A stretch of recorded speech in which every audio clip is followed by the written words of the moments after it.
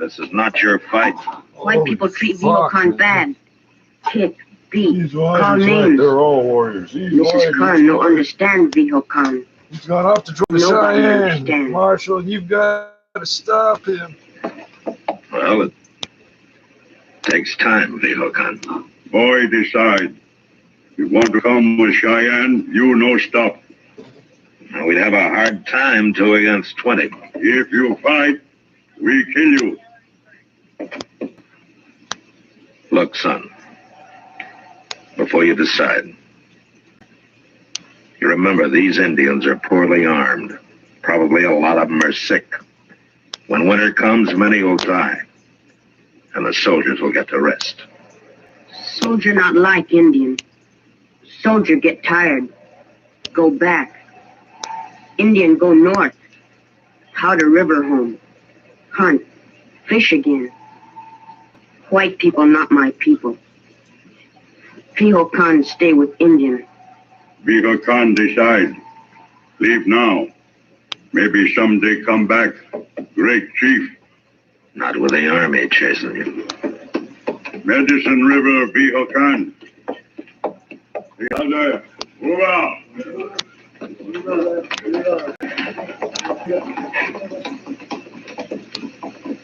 Did you hear what he said? Yeah.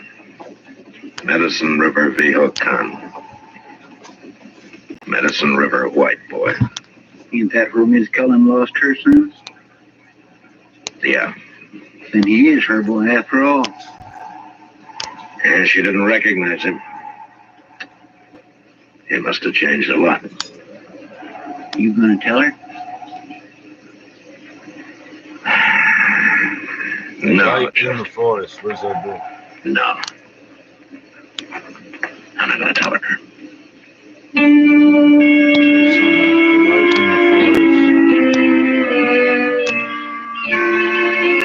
There's some good sound bites in this one.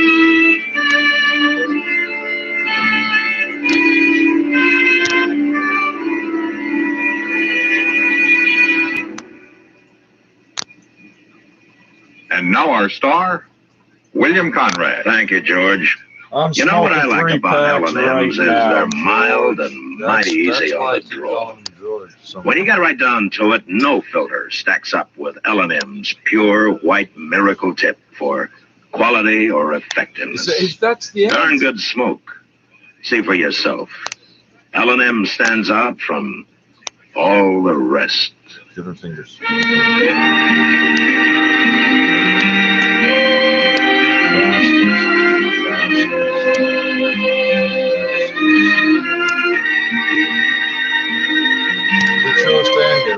Gunsmoke, produced and directed by Norman McDonald. Why would you end it there? U.S. Marshal. The special music for Gunsmoke was composed and conducted by Rex Corey. Imagine the poor bastard. What are you famous for? I did the music for a show you probably know, and yeah, I would.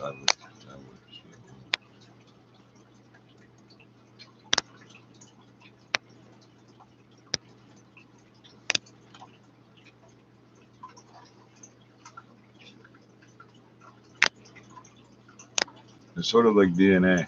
I have the books within this unit to build this building. There's all the math involved in it. Yeah, I'm too high to.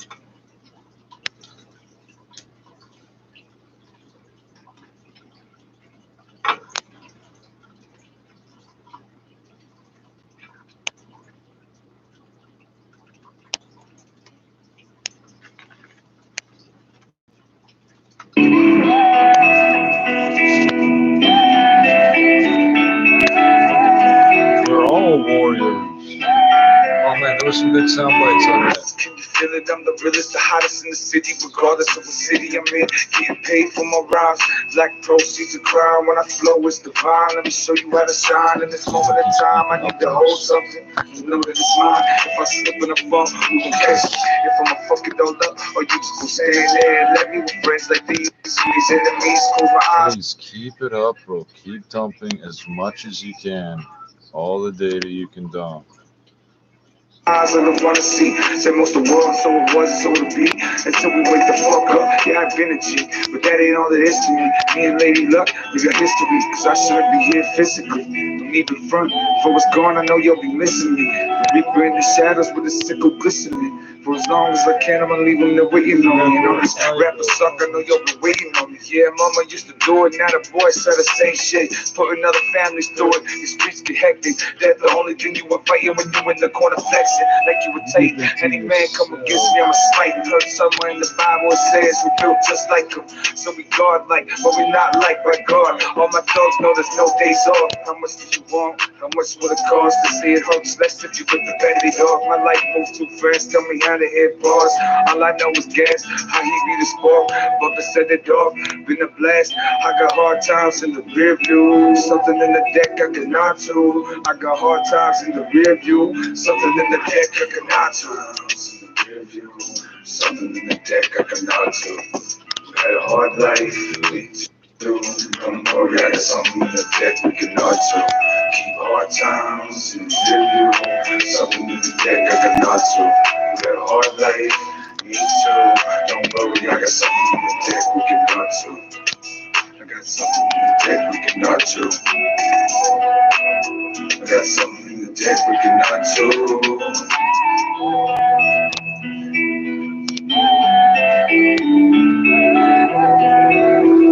Check it out though. I've been blinded by my vanity. Fuck past me, my sanity. Foolish man care only for the greed. Intelligent man plan for the season ahead. Gotta have enough food for the winter. Yeah, I'm guilty, but my mama told me better. There's days when I felt like I couldn't go any further. Wake up in the morning, I don't even wanna get up. Dear God, yeah, we fed up. 2020 is all about keeping your head up. I'll be coming back up to forget us. I'll wait here for a while, I guess. I ain't perfect, but I'm trying my best. Yeah, we tired, is it time that we take a rest? It's been a long time that we've been doing this. Got a few friends going that I always miss. And I was there when they lost my grandfather. Felt like I should've cried, but my anger wouldn't let me feel for a stranger. Plus I got my mama's pride. We gon' make it through the day, we gon' be alright. Trying to learn from life's lessons, especially from the losses. Gotta respect the process. You know you just another call. Get crucified, burned alive, struck a pop. You don't play your part, play along. Tell me who wins the game if in the end all the players are gone. Losers always say they right, even when they know they wrong. The only real mistake is not learning from your mistakes at all. Like the face of a clown, the smiles of frown. Sometimes you gotta paint them on. Split the crow's tongue so I can sing a song. Laying on my back trying to count the stars.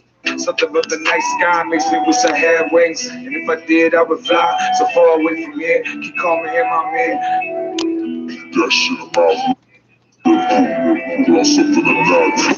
hard times in the rear view. Something in the deck I can nod to. You had a hard life, me too. Don't know, I got something in the deck we can nod to. There's a subwoofer out there.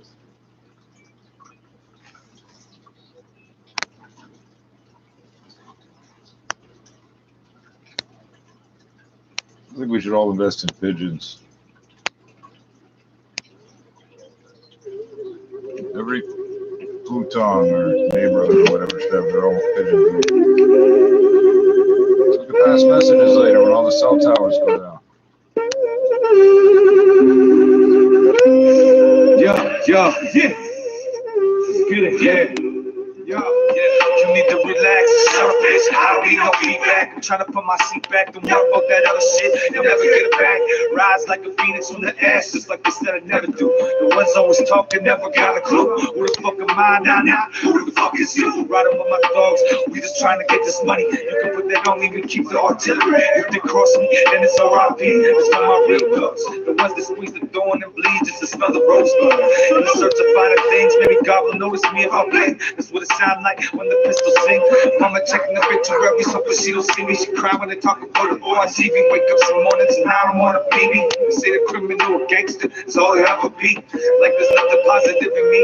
I am positive, you not get rid of me, at least not that easily. Yeah. I just wake up and cross the day in the rush to get paid. Tell the devil he can wait. I got people I'ma serve on the way. I just wake up and cross the day in the rush to get paid. Tell God to look away. Somebody wanna see it, yeah. I just wake up and cross the day. I just wake up and cross the day in the rush to get paid. Tell the devil he can wait. I got people I'ma serve on the way. I just wake up and cross the day in a rush to get paid. Tell God to look away. This ain't what he wanna see. Just wake up and cross the day. Yeah, this ain't home is where the heart is. But back home I was living heartless. We all hard-headed, trying to prove whose head's the hardest. If thugging was an art, you could consider me an artiste. Most my friends grew up not knowing who their father is. Nothing in their fridge, you can see they ribs. Yep, this is how we live. Coming from a place that had nothing left to give, nothing left to take. There's nothing on the plate, but I'm dreaming of a state. Everything is state. I gamble with my life, either 5 stars or behind bars. Love the jobs, we holding on. Puff up past it on, cause I forcame to. What I've been through ain't what you've been through, but I feel you, yeah, it's true. Everything outside your window waiting to kill you. You think you know, but you ain't got a clue.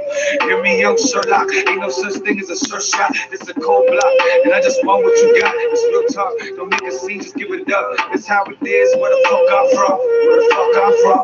Where the fuck I'm from? Yeah. I just wake up and cross the day in the rush to get paid. Tell the devil he can wait. I got people I'ma serve on the way. I just wake up and cross the day in the rush. Get us paper, get us cash. No, we here with my niggas in the trash. Put it in, flip it quick, get it back. Add me up.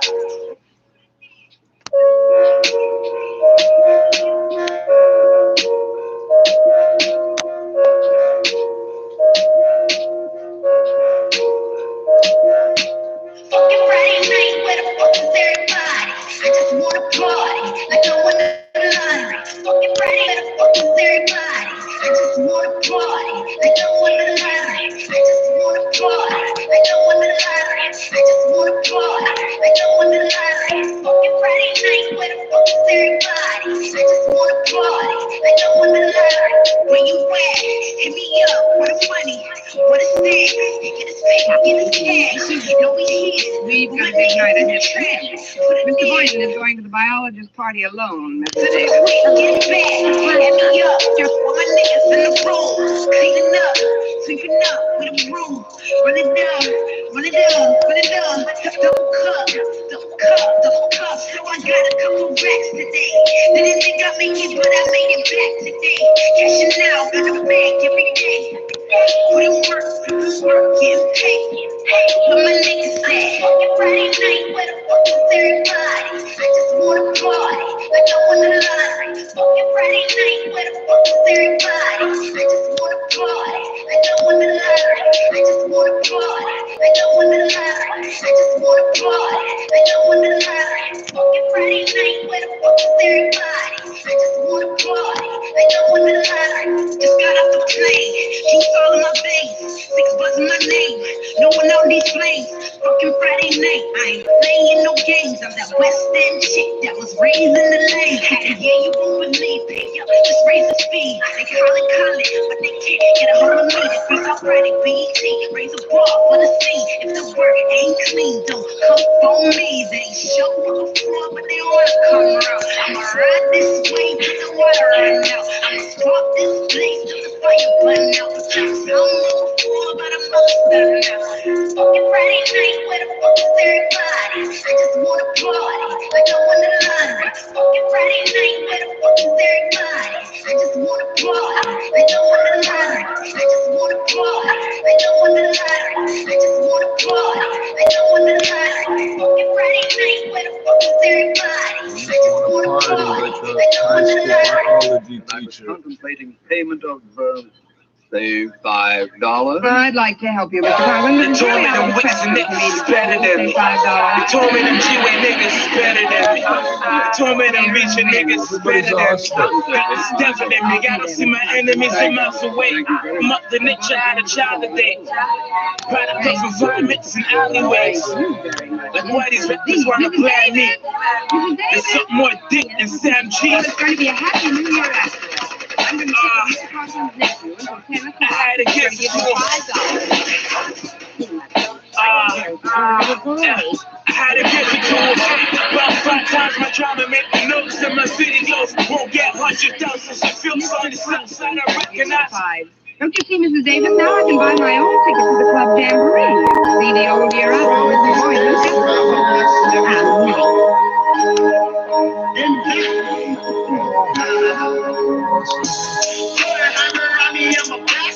Niggas sleeping on me, wake up out in the casket. Fucking yellow gold on my neck look like an omelet. I'm like MJ and these niggas that is robbing. Niggas still care, really they run up that profit. I'ma hit his pop, walk up, really rock it. I'm like MJ and these niggas that is robbing. Niggas still care, really they run up that profit. Do you wanna be my rival? My only competition is my idol. I'm killing them, these niggas suicidal. I live the double life, busting guns and reading Bible. I push white, smoke green with a black brush. I'm getting bread, these niggas bitches give a bread. I'm rocking niggas in my city, got a pretty drum. I'm shitting on the road, kicking up. That's my lifestyle, check girls, don't compare it. Ronnie, he will rock a man to sleep, don't get mad at me. I'm always speaking in the third person, cause there's 3 of me. One's a dope boy, a rapper, either he just shooting me. I just run up on him, don't get up, screaming DGC. I just run up on him, light him up like a Christmas tree. I heard gunshots in the snow, didn't get no sleep. Really, I was broke the whole time that I lived in the beat. Put a hammer on me, I'm a plastic. Niggas sleeping on me, wake up out in the casket. Fucking yellow gold on my neck look like an omelet. I'm like MJ and these niggas that is robbing. Niggas still care, really they're in that profit. I'm the hit up, walk up, really rock it. I'm like MJ and these niggas that is robbing. Niggas still care, really they're in that profit. These niggas that is robbing. I was like, that is the medicine, now I rob man. I'm top 5 in the city, you ain't top 10. The internet got me beefing with a waistline. All my niggas shooting, he was Curry, I was hiding. I get the drop, I read them up like he a burden. I was getting money last night, got you serving. Metal in his face, he look just like he's getting shopping. Ever since I touched, never heard the ops walking. When I'm on the net, all I hear is ops talking. I am not a teacher, but I stay with the chopstick. If I ever run into that point, I'm a chopstick. When I see what's in there, all I see is wops talk. Getting bands, you a family man like you ran. All these niggas, baby, someone put him in the playpen. If he moving shady, tryna trash him like he Eminem. During the 1960s, when Dr. Santucci was training as a psychiatrist, anorexia nervosa was considered rare. It was a subject that was not covered in medical school and actually rarely even in my psychiatric training. And it wasn't until actually the 80s that it came out being known as an eating disorder. So very little is known about it. Dr. Santucci saw her very first case in 1970. ITNs. You need the Wise Tech Group. How's my nephew, Miss Brooks? Fine, Mr. Conklin. He's in Sleeping on me, wake up out in the casket. Fucking yellow gold on my neck look like an omelet. I'm like MJ and these niggas that is robbing. Niggas still care, dude, they're in that profit. I'm the hit really rock it. I'm like MJ and these niggas that is robbing. Niggas still care, dude, they're in that profit. and I can expect you in These about niggas half an that is hour. robbing. I'm MJ, started gripping with a long fist. I don't really written the profit.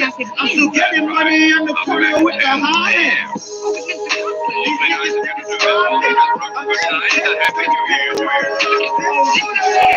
I really written the profit. I'm still getting money on the corner with the high hands. He told me he won't be home until tomorrow morning. I know. He's staying with some old friends of his from Normal. There's nothing normal about it. When I agreed to act as Stevie's sitter, I thought your father would be back at 10 tonight. I have a date at that time with Mr. Boynton. Oh, that's a shame, Miss Brooks. Maybe I could call your dad back so we could make some other arrangement. You know where these friends of his live? No, I don't. But don't get panicky. We'll think of something as soon as I finish dressing. Oh, that must be Walter Denton. Will you let him in, please? I'll just be seconds finishing up. All right, Harriet. Coming! Miss Brooks, I want a glass of water. Quiet, Stevie. Darn kid. Word for him, I come. Take it easy. I'm coming. Happy New Year, Miss Brooks. There's some sort of dope bedroom scheme going on. I'm just waiting for Joe Friday. Come in, Walter. Isn't it a wonderful night to see the old year out on? Aren't you just in love with tonight, Miss Brooks? I'm crazy about it. Harriet will be ready in a few minutes, Walter. Ah, dear Harriet. You know, that's what I like best about this holiday. The feeling of closeness it gives you to the one you care for. Especially during that one breathless, rapturous moment right before midnight. That moment, like the hush of a giant wave, ere it pounds mightily upon the golden sands. That tongueless moment of promised ecstasy, culminating in a crescendo of clamorous, amorous bliss. Have you ever been hit with a 6-year-old child? Gosh, Miss Brooks, you don't seem very happy about New Year's. Haven't you got a date with Mr. Boynton? That's just the trouble, Walter. I have. But I also have a date to sit here with Mr. Conklin's nephew, Stevie, until Uncle returns in the morning. It was all a misunderstanding, mostly on my part. Gee, that's a tough break, Miss Brooks. Isn't there any way out for you? I know. Maybe you could hire a babysitter to sit in your place. Of course, it couldn't be just any ordinary person. It would have to be a very special kind of sitter to fill your shoes. You never were great in anatomy, were you, Walter? But that wouldn't work either. Even if I had the money, which I haven't, it's too late to get anybody now. Well, here I am, Walter. How do I look? Devastating, Harriet. Absolutely soul-destroying. How do you think I look, Miss Brooks? Very atomic, Harriet. You should be the center of all eyes at your party. Gee, I kind of hate to go with you in this spot, Miss Brooks.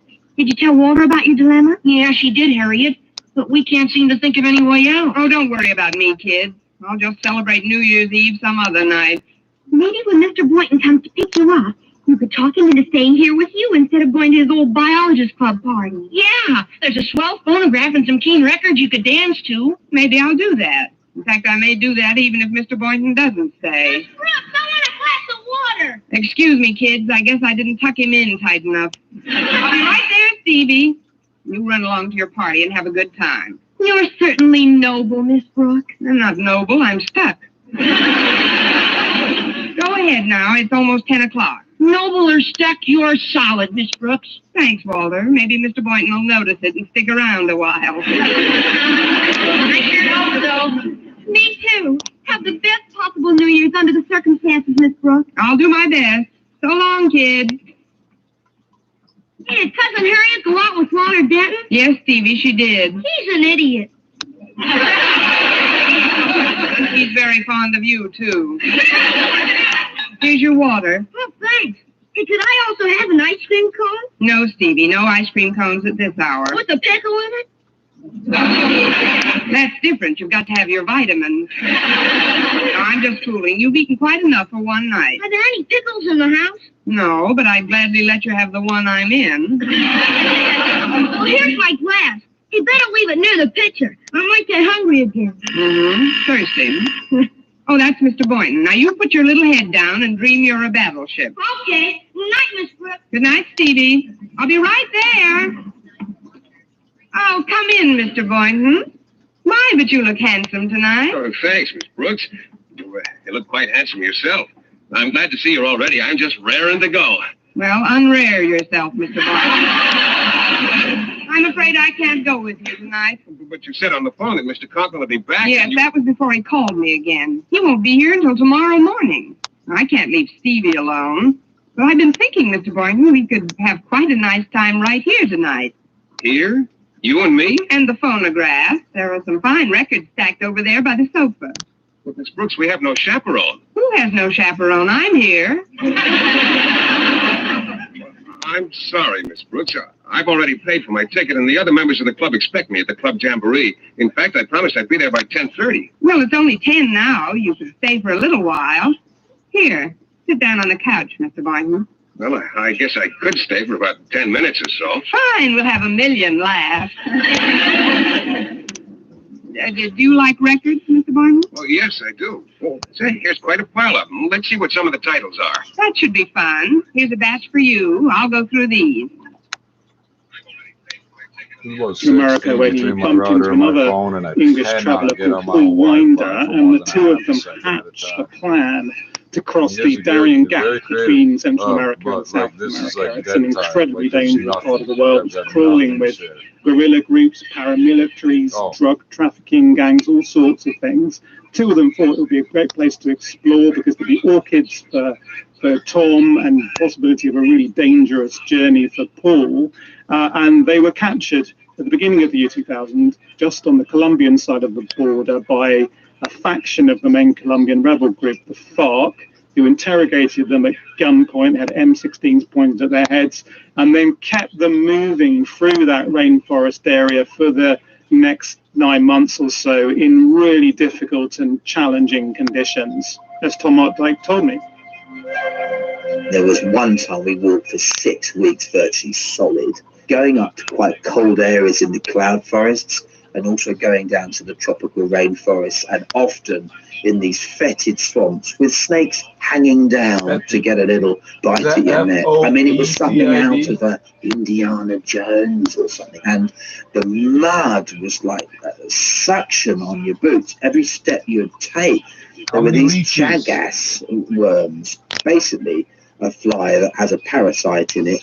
They inject this egg of this worm into your skin, and it goes for the real fatty bits. It loves the thighs and the calves. I had 23 of these worms separating all their excrement out of my lower leg, and the way to get them out was they'd get their 2 fingers and they would just force their 2 fingers either side of this boil, really, and you'd see this worm just squirt out of your leg. Gruesome.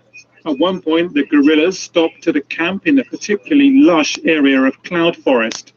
Here it became clear the rebels wanted a ransom, and their plan was for one of the Englishmen to volunteer to leave and come back with the cash, while the other stayed behind.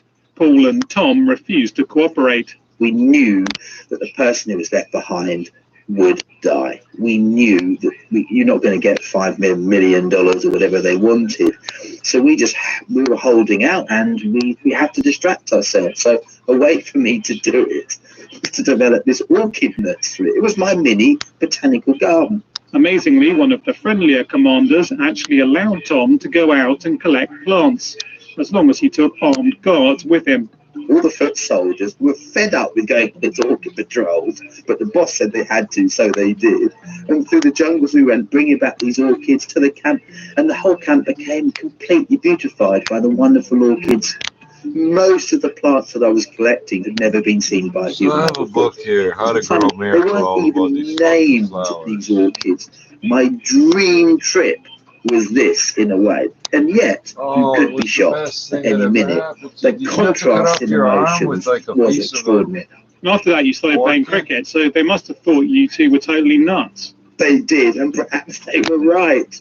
We had a makeshift bat, we had a couple of bales, and we went for it. Our pitch was quite well cut by wild boar in the area, but for balls it was unconventional. It was limes that we used. And we got them to bowl towards us, we got them to bat. It was a great wicket keeper, one of the guerrillas, although his AK-47 did make him a bit one-sided when he was catching the ball. But some of the other rebels were less friendly. In fact, Tom knew enough Spanish to overhear them discussing the best way to kill an Englishman. And after 6 months, conditions got much worse. At this point, the only thing that kept Tom going was the idea of mapping out a dream garden for the family castle back home. We were incarcerated for nearly 6 weeks in this hut, and Paul had these chagass worms in his leg. There was a threat of amputation, the infection was there, I had to clean and bathe him. So I opened up my diary and started scribbling out the miniature map. And I never How big a thought fat that are I'd you? actually You had do this 23 of them plan. It worms was just a inside way you. of distracting myself entirely. And for the next 6 months that Going followed, into it camp was a at way of night. escaping. I could think, I could do this garden. Then, in December 2000, the two Englishmen were brought back to a spot near where they were originally captured. And miraculously, one of the top rebel commanders seems to have just decided to let Paul and Tom go. I like to think it took 9 months to prove to them who we really were. A gardener and a mountaineer. It still doesn't really explain, in reality, if you don't get any money, you are executed. And we literally walked straight out with no ransom.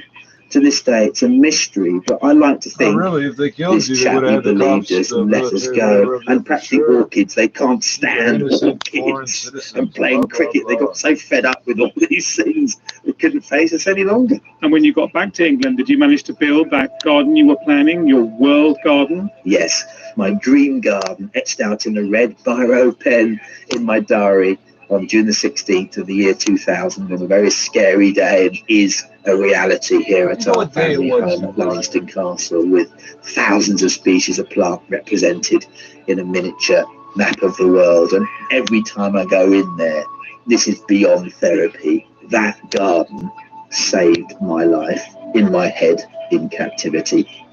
Tom Hart-Dyke was speaking to Simon Watts. So, Simon, they were very, very lucky to have got out of that situation.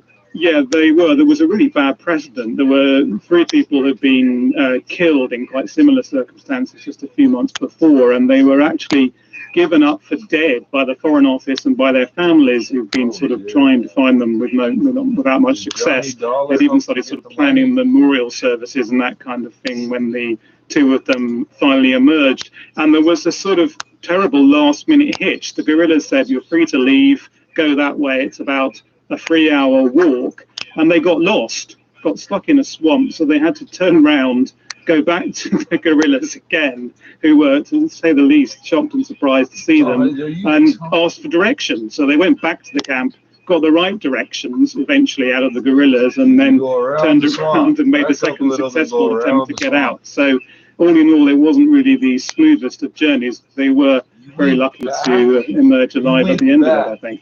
It's an incredible story, and Tom Hart-Dyke managed to sound very sanguine about the whole thing, perhaps with the passage of time. Simon Watts, many thanks. And thanks too to Claire and Mike, who've been with me this week. That's it for now, though. More gems from the past when the History Hour returns next week. But until then, from me, Max Pearson, and the rest of the Witness History team, thanks for listening. Goodbye. You're listening to the BBC World Service on News 24, KCRW's all news channel.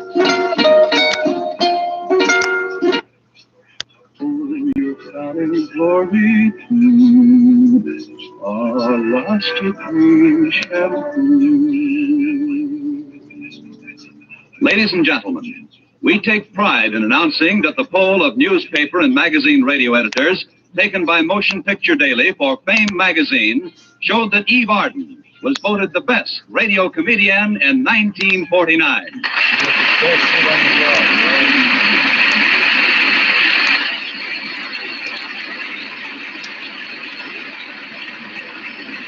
Thank you.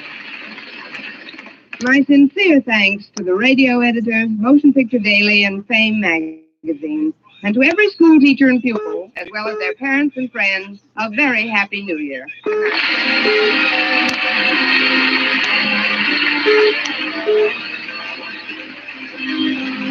Next week, tune in to another Hour Miss Brooks Show, brought to you by Luster Cream Shampoo for soft, glamorous, caressable hair, and Colgate Dental Cream to clean your breath while you clean your teeth and help stop tooth decay. Our Miss Brooks, starring Eve Arden, is produced by Larry Burns, directed by Al Lewis, with music by Wilbur Hatch. Mr. Boynton is played by Jeff Chandler, Mr. Conklin by Gail Gordon. Others in tonight's cast were Jane Morgan, Dick Crenna, Gloria McMillan, and Jeff Silver.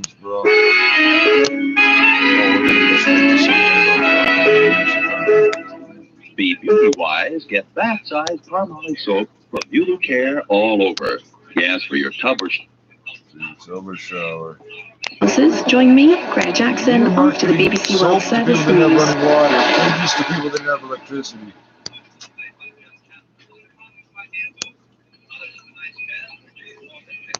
Hello, I'm Moira Alderson with the BBC News. The Israeli court hearing Prime Minister Benjamin Netanyahu's corruption trial has been told he misused his power in his dealings with media bosses.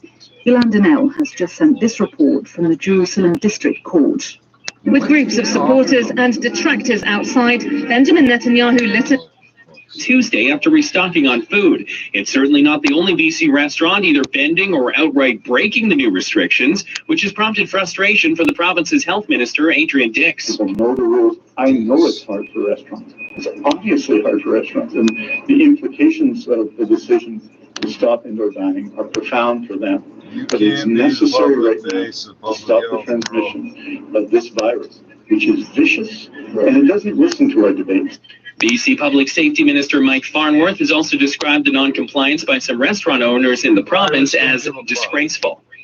The search for a missing fisher who had been aboard a boat that capsized and sank off the west coast of Cape Breton has been suspended. Lieutenant Commander Brian Owens of the Halifax Joint Rescue Coordination Center says the decision was made after 25 hours of searching. Unfortunately, we've had to come to that conclusion based on the environmental conditions, the length of time in the water that potentially this individual's been in, and the ability to search and find a successful conclusion. 4 others were pulled from the water after the FV Tiehawk issued a distress call Saturday evening. The Elsipogtog First Nation says in a Facebook post that 2 crew members aboard the vessel died, but it's not clear if that includes the fisher who's missing. In the States, hundreds of people have been evacuated as crews keep working to prevent the collapse of an industrial reservoir in central Florida. Engineers in Piney Point, south of Tampa, are working to prevent a catastrophic failure after a leak in a large wastewater storage pond has threatened flooding and could lead to a leak in a system that stores polluted water. Manatee County Director of Public Safety Jacob Sauer. At least 30 people and pets have been placed in the non-congregate sheltering at local hotels with our assistance of 311 and Red Cross. Pumps are displacing mostly salt water right now in hopes of preventing a leak of the polluted water storage. Mark Remillard, ABC News. And in entertainment news, a pair of monsters had a giant weekend at the box office. We need calm. The world needs them. Sure looks that way. Godzilla versus Kong. Delfin Lorenzana said the Philippines' claims to reefs and shoals off its coast were based on international law and demanded that China refrain from activities that disturb regional and international peace and security. The Chinese embassy issued a statement saying that the waters were its traditional fishing grounds and called on Manila to avoid unprofessional remarks. Today, opposition Senator Risa Hontiveros accused China of being Asia's biggest bully. BBC News. The Jordanian prince, accused of plotting to destabilize the country, has reportedly said he'll defy orders to stop communicating with the outside world. Prince Hamza, King Abdullah's half-brother, made his statement in a voice recording, saying he wouldn't obey instructions to stay at even though I've never tried. But today, while you're thinking about it, join the 8 million other Americans who find it easier to save through the automatic payroll savings plan. This message is brought to you as a public service. 8 million times, I don't know how many hours. Let's say it was 40. Fuck, 10 cents. $32 million every 2 weeks. At Selkirk in the Yukon Territory, the short summer was drawing to a close. There was a crispness in the air that old-timers recognized as a forewarning of sudden freezing temperatures and heavy snows. Many prospectors had come into town from miles around to take the last boat of the season to the state. Larry Rowland and 2 tough-looking companions had ridden from Whitehorse and had taken over a deserted cabin a few miles out from Selkirk along the river. The 3 men discussed certain plans they had in mind. Sir, you and Jim will leave here with plenty of cash if you string along with me. That's what we want, Larry. Yeah, but the robbers we helped you with around Whitehorse didn't get us much. We got enough to keep going, didn't we? Sure, we're not chickens. Like I told you on the way here, this is the time and the place for us to really make a haul.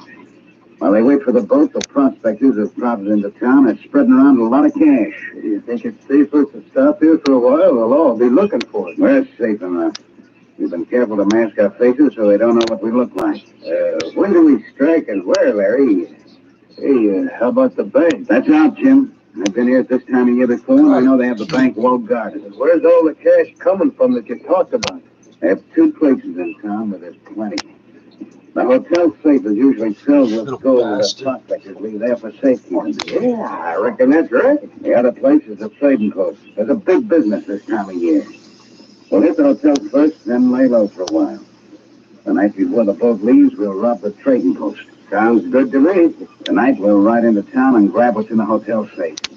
We'll wear our masks and separate after the robbery, and meet here later. It was about midnight when Larry, Turk, and Jim arrived in Selkirk and stopped in front of the hotel.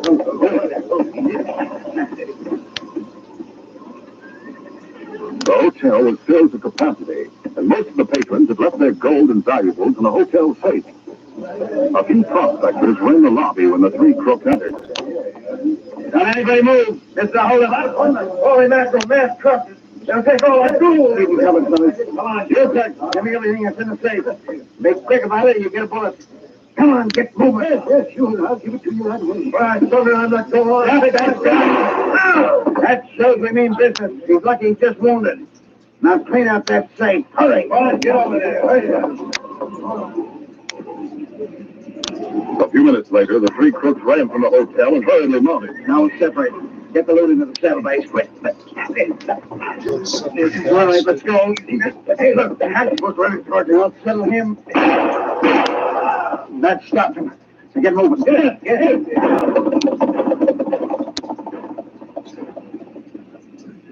The following morning at Mounted Police Headquarters in Dawson, Sergeant Preston entered the inspector's office. Good morning, Inspector. I came as soon as I got your message. Good. Sergeant, I want you to get to Selkirk as quickly as possible. Yes, sir. What's happened? Some crooks robbed the hotel there last night. I received a telegram saying the constable was wounded, and he tried to stop them from leaving. There were three of them. They were all masked. I see. They might be the same ones who were wanted for robbery and whitelist. Yes. I want them brought in. Connection's tenuous, but mass is like a current. Well, I suppose the season is leaving for Selkirk this afternoon. We'll be on it. Fine. Goodbye and good luck, Sergeant. Goodbye, Inspector. So long, When the riverboat reached Selkirk, Sergeant Preston, who had taken his horse Blackie with him, rode to the trading post and talked to the owners, Scotty McCloud. Hold on, Steady.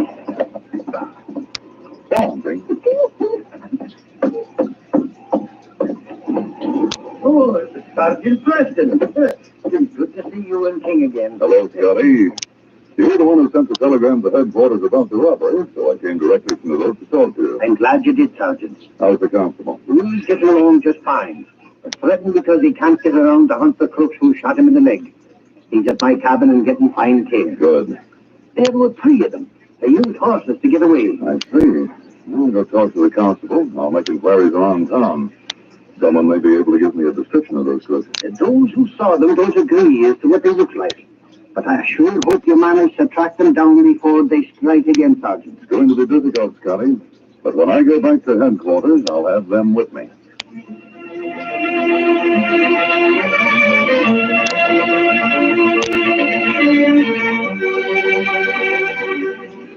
We'll continue our adventure in just a moment. The bases are loaded. It's the last of the night. It's two out. Here comes the pitch. He swings.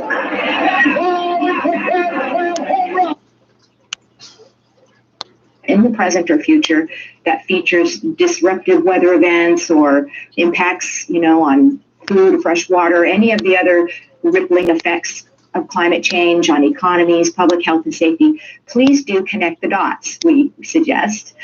Show that those terrible situations are a result of global warming, which is in turn a result of extracting and burning fossil fuels, industrial farming methods, and deforestation. In this way, we think it becomes obvious to the characters in the story, as well as the viewers, that, what we need to change now to fix the problem. Anti-oil industry because of the disjointed nature that we sometimes see in films, people don't then connect the dots in their real lives, whereas if you connect the dots for them, it becomes much more apparent. Actually, I can remember this in a Christopher Nolan film, Interstellar, where humanity, I think, is on the verge of collapse because of changing weather and famine, but it never mentions climate change, and there's no talk of what went wrong or learning from mistakes either. And the film presents these two choices: stay on Earth and we will make better decisions that serve our bodies better. Okay, so I'm seeing an alignment in conversation here. So we had Hal Johnson on last week from Body Break. Hal Johnson, Joanne McLeod. He's a friend of the shift, and he was talking about frailty. He's on a new project about frailty and discussions about how frailty starts at 35, 40, 45, right? Like it's not a 70-year-old conversation, frailty. It's a 40-year-old conversation. And so that's great. So I hear that here as well. And then I had a massage from my therapist, Laszlo, and he said this word to me, but I'm curious where it lands with you. Because we were just talking about the bodies, like he said, the body's a miracle, man. You have to understand, like it's absolutely a miracle that we're alive today. And that hit me. That hit me from the point of, okay, well, what if I didn't say, oh, my body's a temple and all cliche and all that stuff. And I just literally just referred to my body as a miracle. So if my body's a miracle, all of these little organisms that are inside me that somehow keep me alive, if my body's a miracle, how do I treat it like it's a miracle? And start there with this, because that's really how we have to look at it. It's exactly how we look at it. And if you really think about the intricate details that go on in every cell and organ. Cool. Yeah. But still, now look, Larry. You're thinking of backing out on that trading post deal? We get plenty there. The trading post sure has taken in the cash lately. Well, we'll go through with it. And we'll take the boat to the States. With Preston around, we'll be taking a big chance now. Wait a minute. I've got an idea. We'll get that Mountie and his dog out of the way, Larry. Go ahead and make plans to rob the trading post. And leave Sergeant Preston to me. The following day, the crooks made their plans. All right, Turk. What's your plan to get Preston and the dog away from town? Better be good, Turk. Don't worry, it is good. Well, we'll clear up this cabin right now. Taking what stuff we want with us. Go on. We'll set the cabin on fire. Then head for town, riding in one at a time. What's that got to do with Preston? Just this. I'll go find the Mountie. Go find it, yeah. I like all upset. I'll find 3 masked crooks raided my cabin and burned it. He and the dog will come out to investigate. I'd expect you to come back out here with him. Don't worry. I'll get out of it some way. Well, he and the dog are wasting time out here. We'll rob the trading post. Hey, that's a good idea, Ted. After the robbery, we'll separate like before and head for the boat one at a time. And we'll all be on board when it sails in the morning. Yeah, but if the Mountie and his dog are as good at tracking as I've heard, then the temperature's dropped to 0 outside. The ground's frozen hard, and it'll be tough tracking anyone on it. Yeah, that's right. Yeah, well, I reckon it's all right, then. Let's pack up our stuff, and then we'll set fire to the cabin. Come on, get busy. Right. Later that afternoon, Turk rode hurriedly into town. Learning Preston was at the cafe, he went there to carry through his plan. Has anyone seen that Mountie, Sergeant Preston? Oh, I am. What's happened? Gosh, Sergeant, I'm sure glad I found you. What's the matter? 3 masked men. They raided my cabin, took all ahead, and then set fire to it. It must be the same 3 who robbed the hotel. Yes, it is. What if they didn't kill you? Yes, it is. How'd you get away from them? They didn't see me. I saw them come along the trail. I ran out and hid in some bushes behind the cabin till they left. Then I rode here to find you. Are you hurt? I'll get some breathing. No, Sergeant. I just got a weak heart. All this excitement. Brad, no, this may help him. Here, take this. Oh, thanks. Where's your cabin? About 3 miles down the river trail. Oh, gee, that must be the place Jed Wilson led. Yeah, that's the place. I know where it is, Sergeant. I'll take you there. All right. Maybe we can pick up that trail. Let's go, King. Accompanied by a prospector, Sergeant Preston and King hurriedly left the cafe. There's that fellow's horse. I saw him when he rode up to the hitch rack. Sure looks like he ran that horse all the way. Yes. The poor fellow was very much upset. For a moment, the Mountie stood beside Turk's horse, with King sniffing beside him. And then Preston went to his own horse, Blackie. Easy, Blackie. I'll get out there and look around. Let's go, King. Maybe this time you get a line on him, eh? I hope so. Go, Blackie.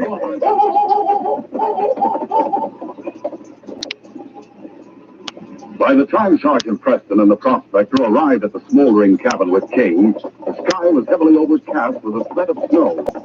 It had taken some time to get there, and King stood panting as the 2 men stopped and dismounted. Oh, my God. Come on, King. You did a good good job of burning the cabin. Yeah, that's right. There's nothing left of it. That fellow sure was lucky to get away like he did. Yes, he was. He said he hid behind some bushes. The cabin's in the clearing. There's nothing to hide behind. Oh, look at King. He's looking like he found out something. What is it, boy? King acts as if he found a scent he recognized. Must be the scent of that fellow's horse. King caught the scent of the hitch rack in front of the cafe. Yeah, that must be it then. Wait a minute. What's the matter? That fellow must have tied his horse to this sapling here. The horse would have broken loose and run away when the cabin burned. Yeah, that's right, Sergeant. The man was lying. He must have set fire to the cabin himself. Let's get back to town right away. Now, what I think is true, we've been badly fooled. Let's hurry. Steady, boy.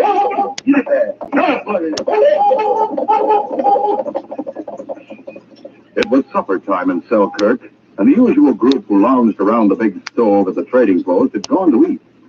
Scotty McLeod was alone behind the counter. Yeah, I wish business would always be as good as it's been this day. I might as well go back and fix up because while they have the time. More customers. What? 3 masked crooks. Wait, best time down low. Aye, I'm reaching, mister. Keep him covered, Jim. Checking out, clean out the safe. Right. Come on, sir. You're lucky to find the safe unlocked. 'Tis unlucky for me with all the gold I've taken in this day. Shut up. Hurry up, boys. Somebody might come in. If anyone tells you what to do, we've got everything. Let's get out of here. With Sergeant Preston and the Dog King in town, you crooks aren't going to get found. That's a laugh. That mine is dog are out hunting for us right now. Miles from here. Yeah, they sure are. They went on a wild goose chase. Let's get going. Come on. As soon as folks in town find out about this... You're not going to tell them about it for a while, mister.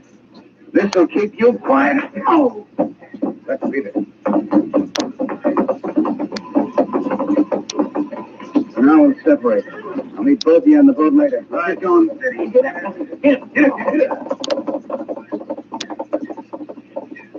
A few minutes after the crooks left the trading post, Scotty regained consciousness. Oh, my head. To get to the doctor. Have my head bandaged. Slowly, Scotty made his way outside and crossed the street to the cafe. When he entered, his appearance caused some excitement among the customers.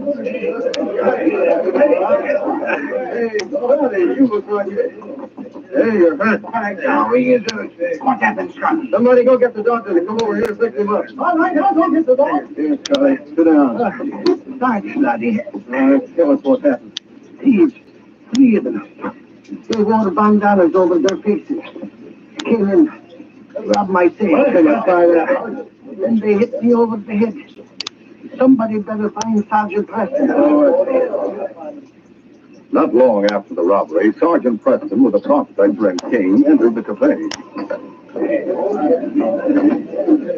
Here's Sergeant Preston now. Sergeant, we've been looking for you. What's happened? 3 masked crooks robbed the trading post a while ago. What about Scotty? They knocked him over the head and knocked him out. He'll be all right, though. The doc fixed him up. I'll go right over there. Come on, King. At the trading post, Sergeant Preston heard the details of the robbery from Scotty. He came in when I was alone. They must have planned it that way. Sorry, I was out of town, Scotty. I don't know how they knew that, too. But when I said you and King would get after them, one of them said you were away hunting for them. I see. Another said something about you going on a wild goose chase. He was right. You can now take a look around outside, Scotty. Come on, boy.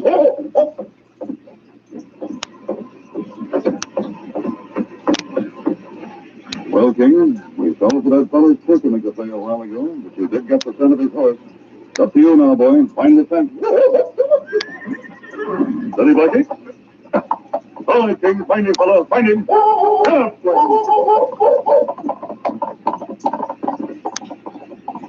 For some time, Sergeant Preston followed King as the great dog ran before him, sniffing the ground and barking intermittently. The Mountie was puzzled by the route the crook's team had taken. The trail of Tripp's horse led the sergeant and his dog in a great circle around Selkirk. Before long, snow began to fall. It was then that Sergeant Preston noticed the tracks of only one horse. He pulled to a stop for a moment. Hold on, you, go, boy. I don't get this. Wait, King. We don't want to go on another wild goose chase. But if I get one of the tricks, I'll be able to get a line on the other two. Come on, boy. We'll trail this one. Get up, Blackie. Come on. It was about dawn when Sergeant Preston and King approached the end of the trail they were following. Quiet, King. Some fellow's trail has led us right back to the waterfront and shell pig. Last quarter of the season for the States is about ready to sail. Get up, buddy, come on! Sergeant Preston realized the whistle he had heard was the warning whistle just before casting off. He urged his horse Blackie into a fast pace and soon arrived at the gangplank. Come on, King, hurry! The Mountie and his dog hurried up the gangplank, and as he approached the wheelhouse, Preston called out, "Captain, wait! Don't cast off! Who said that? Oh, it's you, Sergeant. What's the trouble?" "I think the men who robbed the trading post are on board this boat." "I heard about that robbery, Sergeant. What makes you think the thieves are aboard?" "King and I trailed one of them here. Any passengers come aboard during the early morning hours?" "I know one man did about an hour ago. I was with the purser when the man was assigned to bunk in a cabin with two other men. We filled the capacity this trip." "Do you remember the number of that cabin, Captain?" "I believe it's cabin 5, down along this deck on the port side." "Thanks, I'll find it. Come along, King."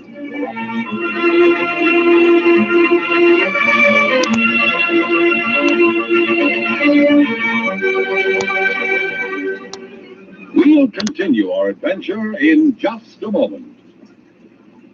Say, kids, how about you and your whole family going to the baseball game? You'll have the time of your lives. Seeing those smashing home runs, watching exciting double plays and strikeouts, eating peanuts and Cracker Jack. Why not go this very week?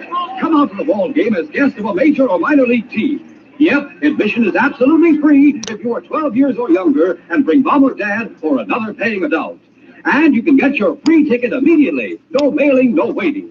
Free baseball tickets are right inside packages of Quaker Puffed wheat, Quaker Puffed rice, and Muffet shredded wheat. In Quaker Paco 10, you get 2 free tickets. Names of the teams and dates of the games are on every ticket. Remember, the more packages of these delicious Quaker cereals Mom gets, the more free baseball tickets you get. So tell Mom you want to eat lots of Quaker Puffed wheat or puffed rice, Muffet shredded wheat, or Quaker Paco 10. And just think of the fun you'll have at the ball game, seeing real star players in person and cheering for home runs.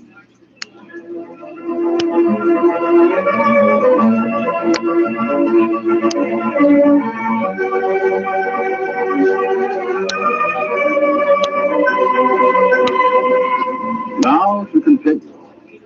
Inside cabin number 5, Larry Rowland and Turk and 2 of the crooks were sitting on one of the bunks counting the cash and gold they'd stolen from the trading post. And there was a tap on the cabin door. "Open up, fellas." "That's Jim. Let him in, sir." "Right."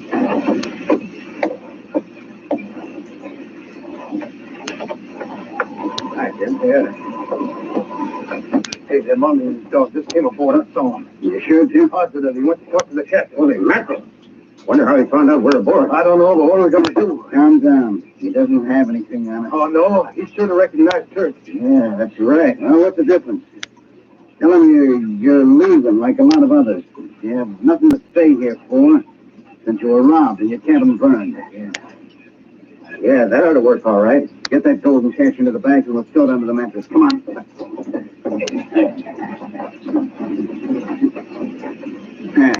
Now lift up the mattress. Right. Now that'll hide him. Fix the mattress back over them, then. I reckon he'll soon be coming here. Yeah, just sit tight, Jim, and let me and Cirque handle everything. Sure hope we get away with it. Proof how smart that money is by the weight of flat. It must be fresh. Go open the door, Cirque. All right.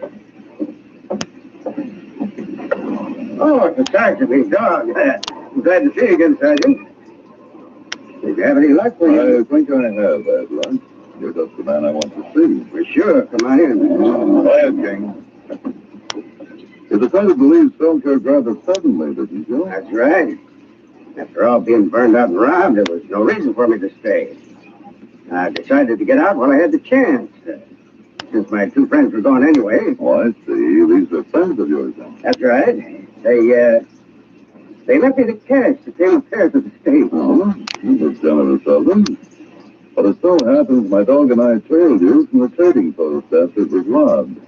How do you account for that? Well, you see, Sergeant, I was in there just before the robbery. Then I came aboard the boat. You took a long way on horseback to reach the boat, and all you had to do was walk a couple of blocks. And you came aboard only about an hour ago. Oh, that. Well, I went ashore again last night. Stop lying. You rode your horse from your shack to the cafe to tell me you'd been robbed and burned out. How is it the cooks didn't notice your horse outside your shack? Well, I don't know. Anyway, you're just guessing, Sergeant. You're trying to make me admit something I didn't do. You're not leaving town till I find out the truth.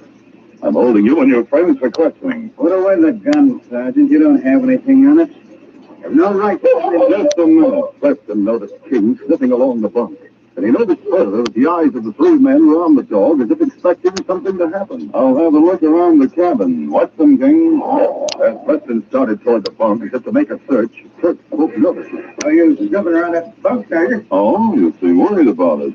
I'll turn back the mattress. While King watched the crooks, Preston reached down and turned back the mattress. Oh, the money bags from the trading post. Hey, get away from there. I'll fix you, you stupid rat. The intelligent dog King went into action. As Larry reached for his gun, he sprang.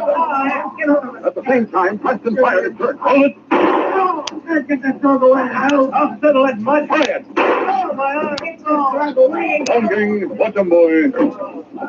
You're shooting in here. Yes, Captain. King and I have found the cooks who robbed the trading post. I figure they're the same ones who robbed the hotel and shot the constable. Holy smoke, are you sure? Yes. Those money bags from the trading post are proof enough. These men aren't going to sail with you, Captain. I'm glad of that. We'll sail as soon as you take them ashore. I'll take them ashore right now and return Scotty's money bags to the trading post. Fine, Sergeant. I want to get through before the ice closes in. I think you'll make it. You sure have nerve, Sergeant.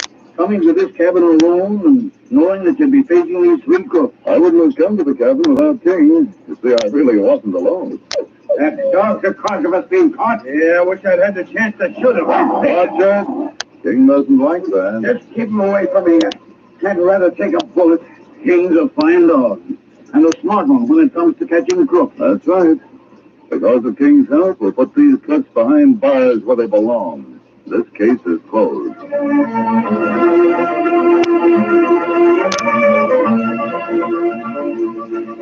We'll return in just a moment with a word about our next exciting adventure. Your musical treat of the day waits for you throughout the week on Mutual. Each Tuesday and Thursday evening, it's time for Eddie Fisher and a session of music as everyone likes it. Young and old delight in Eddie Fisher's way with the songs. And he's joined on every show by Fred Robbins as MC, Alex Stordo's orchestra, and outstanding guest stars. Every Saturday, the teenager's favorite, Johnny Desmond, brings Phonorama Time and a roundup of the newest and best in popular recordings. On Sundays, the Enchanted Hour presents favorite music from the world's best-loved composers. Every weekday also means time for Hawaii Calls and authentic melodies of the islands. Music fills Mutual there throughout the week. Hear the Eddie Fisher Show, Johnny Desmond with Phonorama Time, Enchanted Hour, and Hawaii Calls on Mutual throughout the week over most of these stations.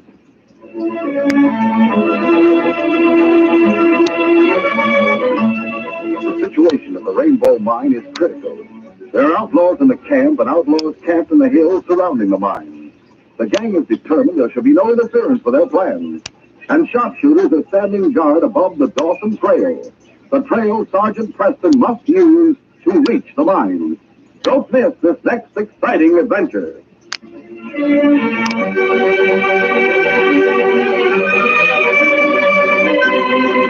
These Sergeant Preston of the Yukon Adventures are brought to you every Monday through Friday at this time by the Quaker Oats Company, makers of Quaker Puffed Wheat and Quaker Puffed Rice, the delicious cereals shot from guns.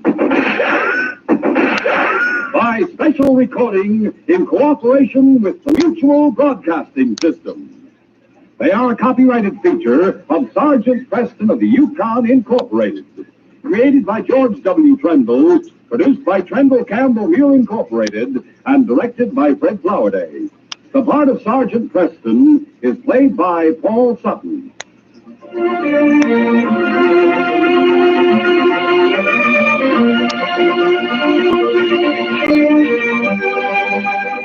This is J. Michael wishing you goodbye, good luck, and good health from Quaker Puffed Wheat and Quaker Puffed Rice. So long. This is Mutual, radio network for all America.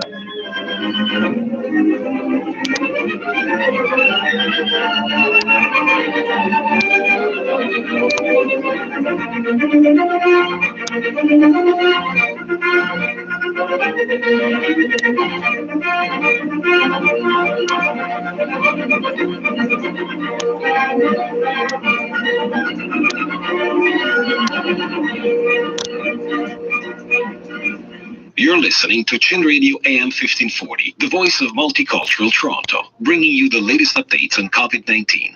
Stay informed, stay safe, and stay tuned to Chin Radio AM 1540.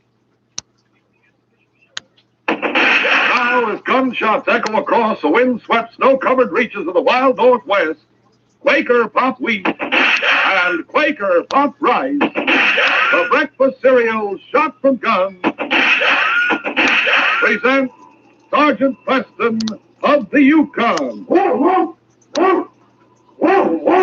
It's Yukon King, swiftest and strongest lead dog of the Northwest, blazing the trail for Sergeant Preston of the Northwest Mounted Police in his relentless pursuit of lawbreakers. On King! On, you husky! Gold discovered in the Yukon. A stampede to the Klondike in the wild race for riches. Back to the days of the gold rush. With Quaker Pop Wheat and Quaker Pop Rice, bringing you the adventures of Sergeant Preston and his wonder dog, Yukon King, as they meet the challenge of the Yukon.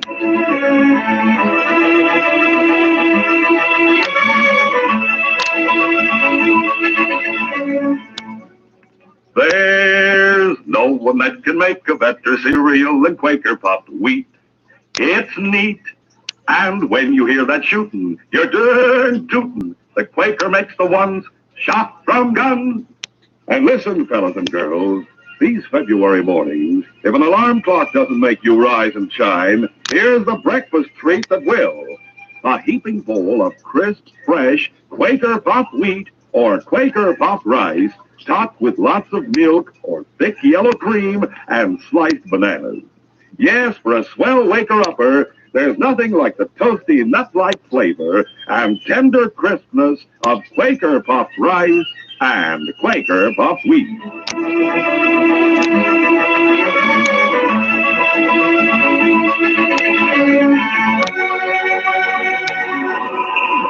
Icy blasts of wind whipping around the mountain peaks of Frizzly Pass drove icy pellets into the faces of two men as they toiled up the trail behind their exhausted team of dogs. Bent double against the pressure of the wind, their feet stumbling and slipping on the trail, they reached the summit of Baldy Mountain and fell exhausted behind some rocks that sheltered them from the wind. The dogs collapsed in furry heaps beside the trail. It was some time before one of the men, with a superhuman effort, dragged himself to his feet. His partner raised his head wearily. I can't get up, Chris. I gotta rest some. Who's asking you to get up? What do you do? Just get out my field glasses. This is the high point of the trail. We can see 15 or 20 miles back with these glasses. You think maybe Sergeant Preston picked up our trail again? Blast him, there he is. Huh?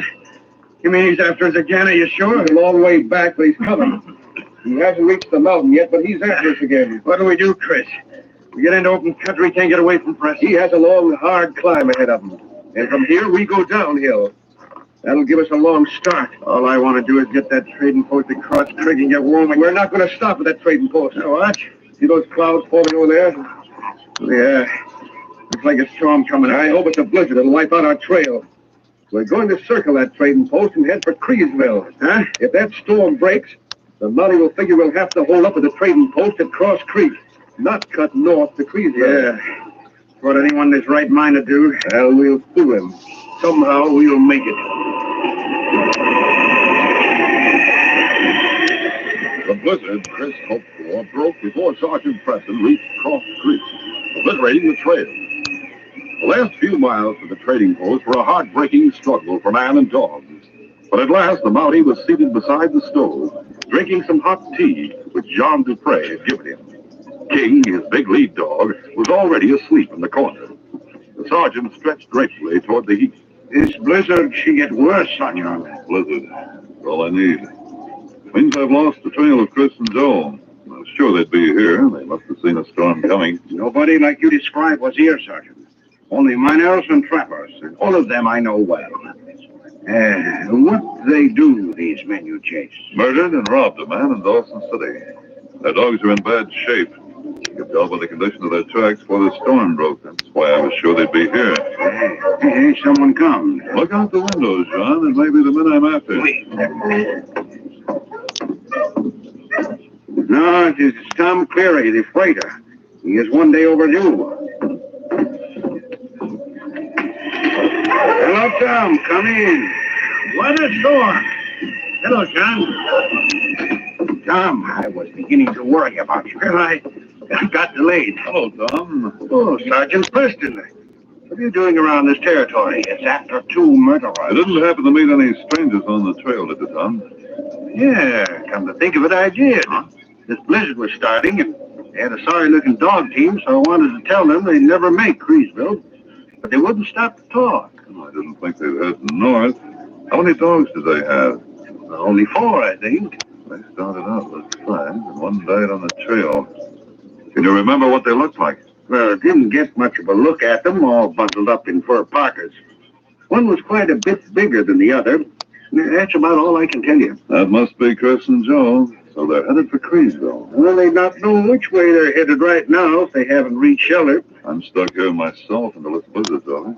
Then I'll go to Creesville. Meanwhile, Chris and Joe had lost the trail to Creesville. While they wandered aimlessly, they came to an isolated cabin. It was small and crude, but it represented shelter. They rapped on the door and were invited inside by a huge giant of a man. His companion was a very large dog. You live here all alone? Me and Rex. You mean this big wolf dog? Rex is no wolf.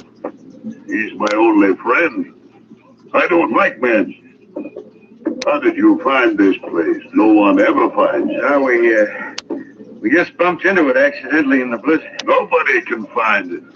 It's far from the trail, in the valley. Well, you let us stay here, won't you, till the blizzard is over?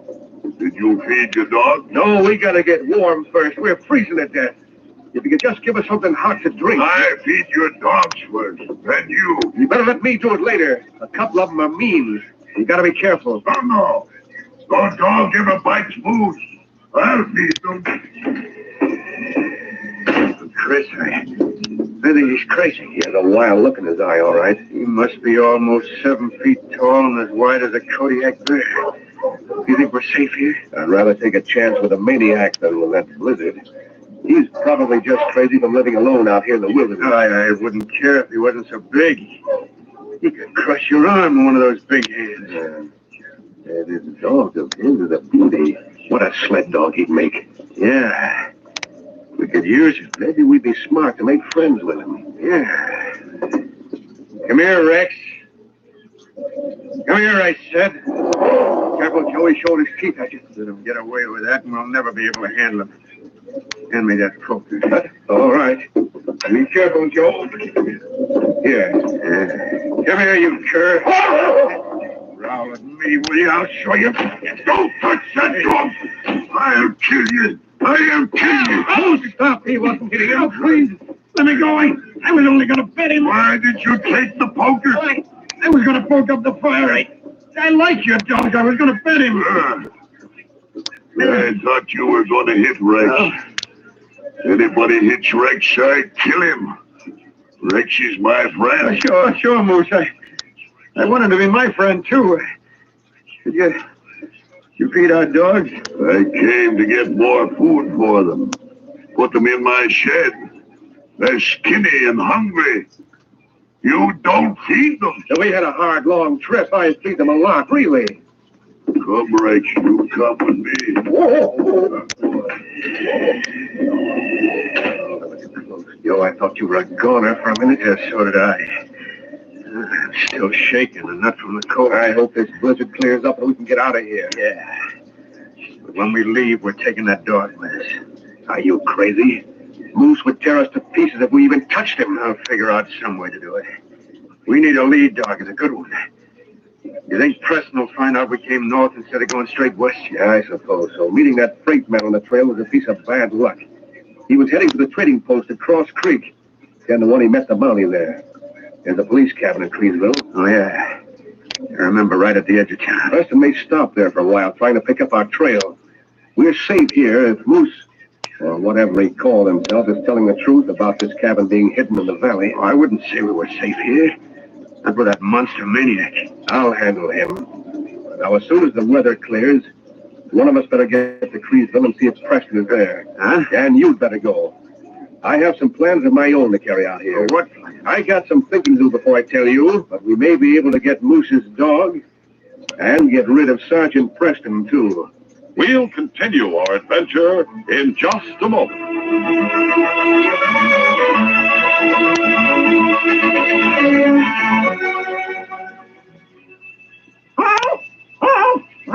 Hey, fellas and girls, that noise you hear is Pat, my talking parrot. I brought him along today to perform for you. Now, I'll ask him a question, and he will... No, wait, Pat, you're ahead of the act. You're supposed to wait till I ask you a question about Quaker Puffed Wheat and Quaker Puffed Rice, the swell-tasting, crispy, fresh cereals that are... Hey, give me a chance, will you? Because I was going to ask you how Quaker's Choice Premium Grains, those big, flavor-rich, king-size kernels, are loaded into... Pat Parrot, stop interrupting me before I can even ask you how those Choice Premium Grains are actually exploded up to 8 times normal size to make them bigger and better tasting. So go ahead. Now let's hear the answer. Oh, so now you won't talk. You mean the restored natural grain amounts of vitamin B1, niacin, and iron? Well, Pat Parrot, so you do know. Now listen, kid. Breakfast every morning. Get wise to swell-tasting, nourishing Quaker Puffed Wheat, Quaker Puffed Rice, shot from guns.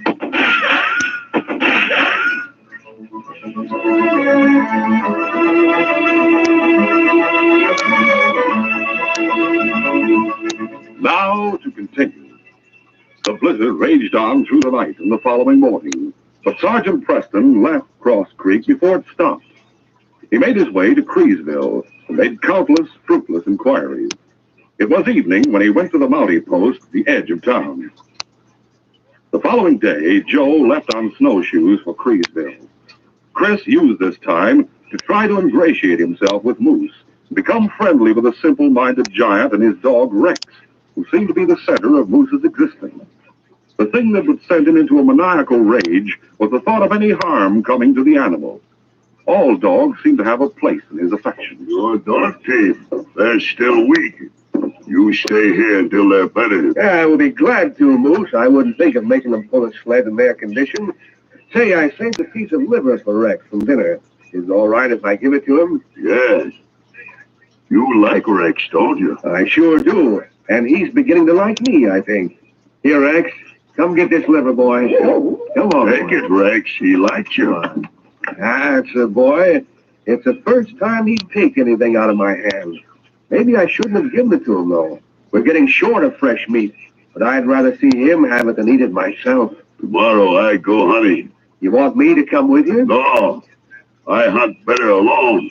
I like to hunt alone. But you can't take Rex in that deep snow, can you? You better let him stay here with me. You'll have to use snowshoes. Yes, Rex better stay here. Yeah, that's right. Oh, hi, Joe. Yeah. There's a long trek. You find your way to Creesville? Yeah. I followed the creek just the way you told me, Moose.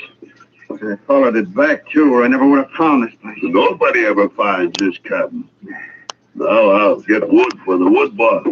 All right. Oh, boy. I got news for you, Chris. Bad news. You see the police cabin? Yeah. I did just like you said. Used the field glasses, but didn't go near it.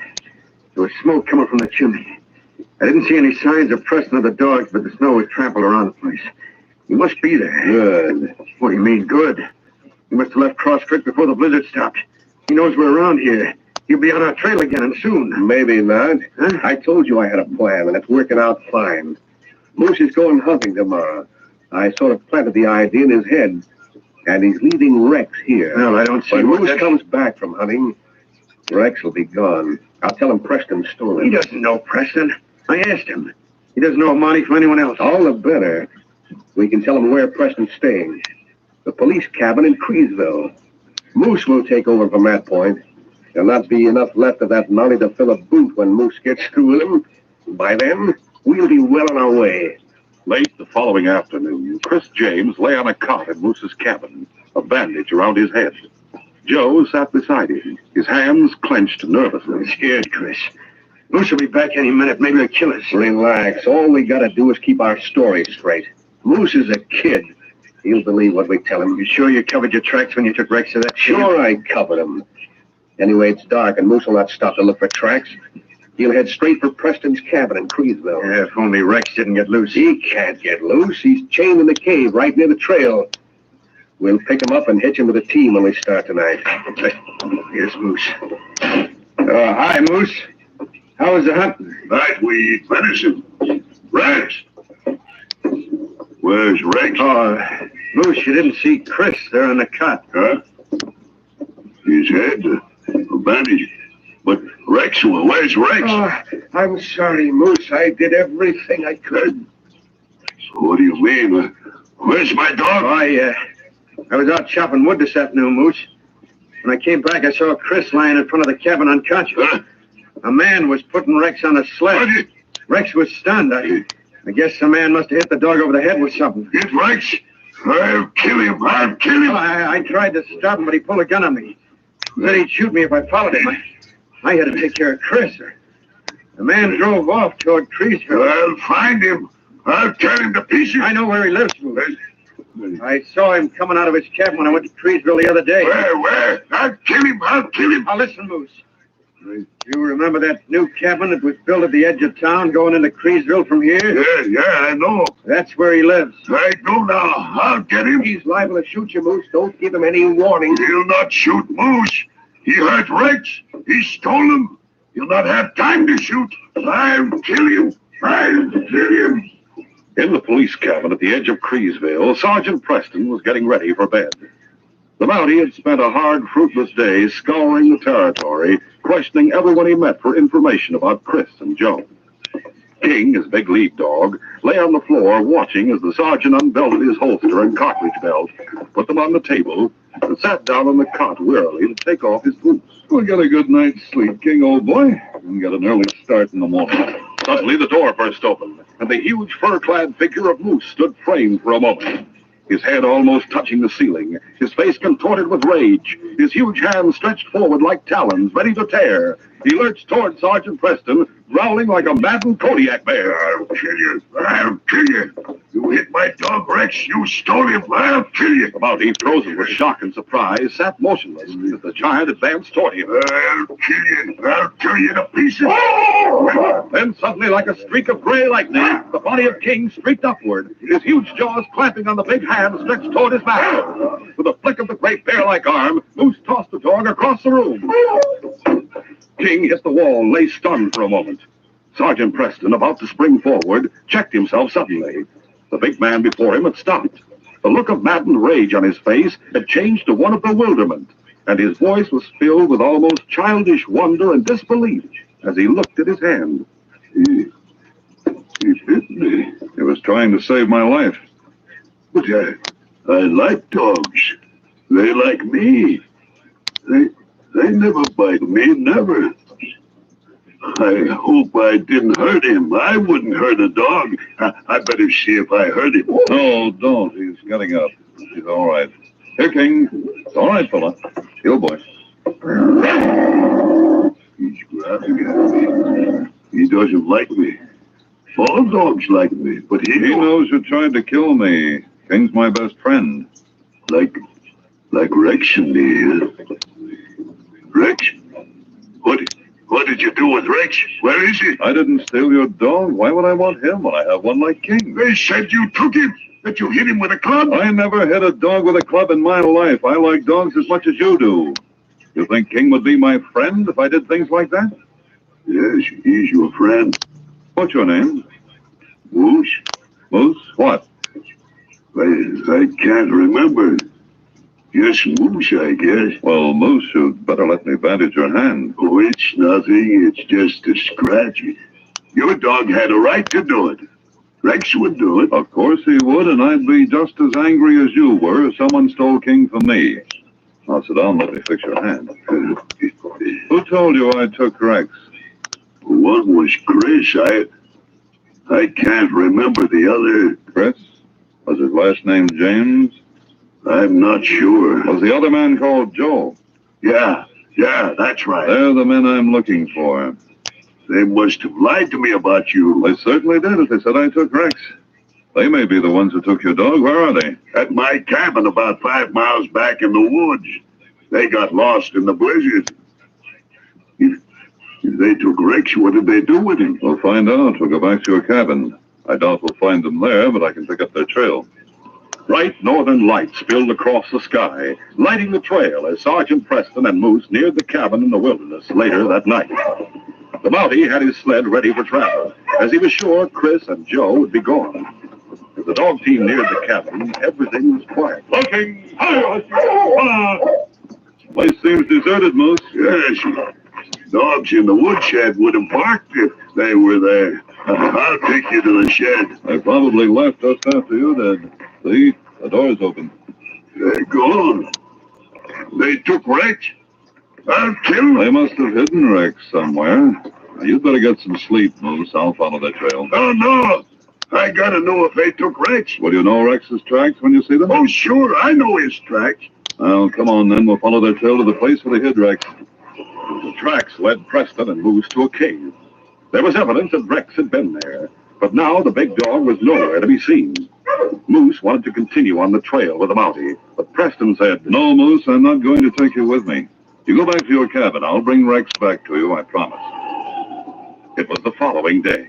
Chris and Joe were heading west. Their progress had slowed in spite of the addition of Rex to their team. The other dogs couldn't keep up his pace. They had covered a wide expanse of rolling plains and were approaching some pine woods. I can't get any speed out of these dumb mutts. Mush!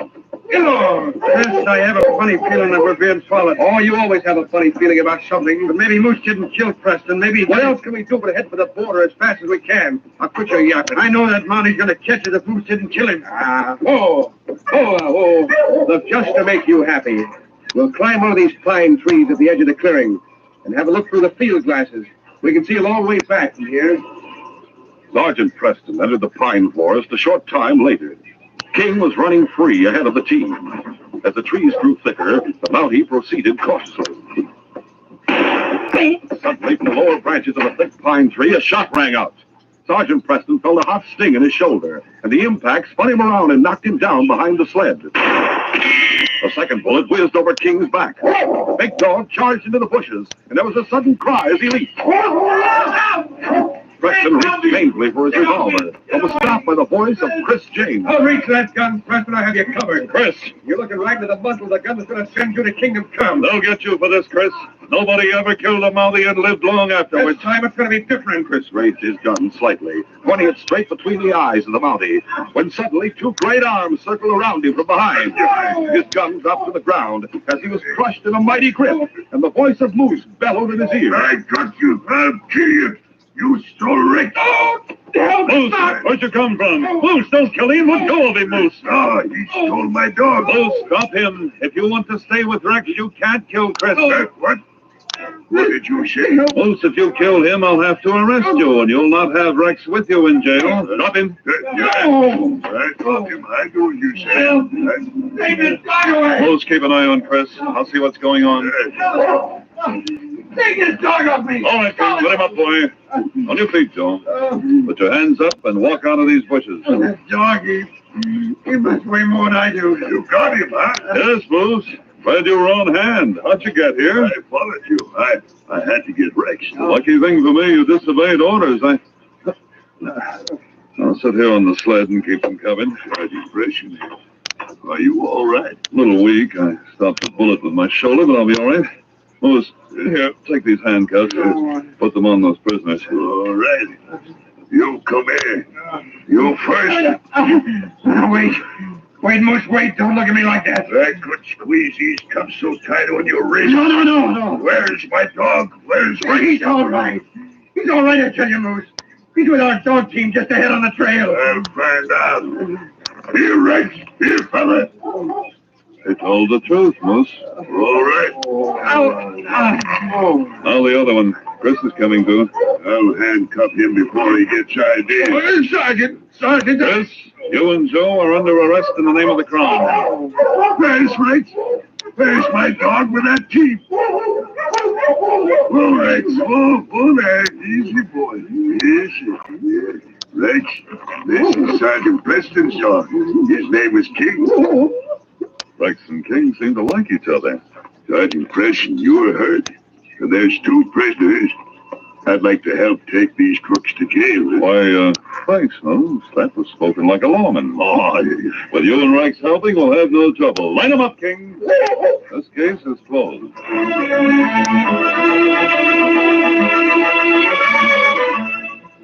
Sergeant Preston will return in just a moment with a word about our next exciting adventure.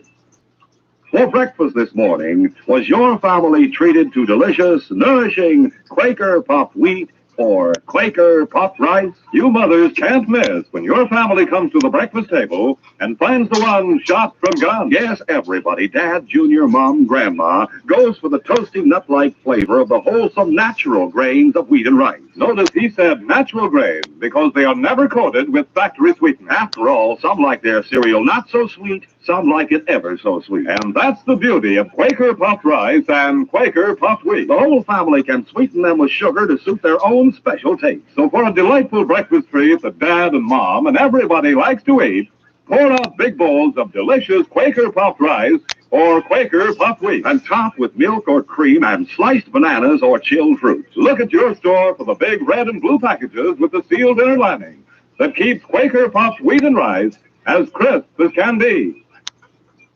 And now, here he is, Sergeant Preston, reporting for duty, Inspector. On your way back from Blue Eagles Village, Sergeant, stop in Reindeer Ridge to see Constable Diamond. Is he having trouble, sir? He has a valuable map in his possession and expects trouble. It may be more than he can handle. I'll do my best to help him, sir. Sergeant Preston is met with gunfire when he enters Reindeer Ridge.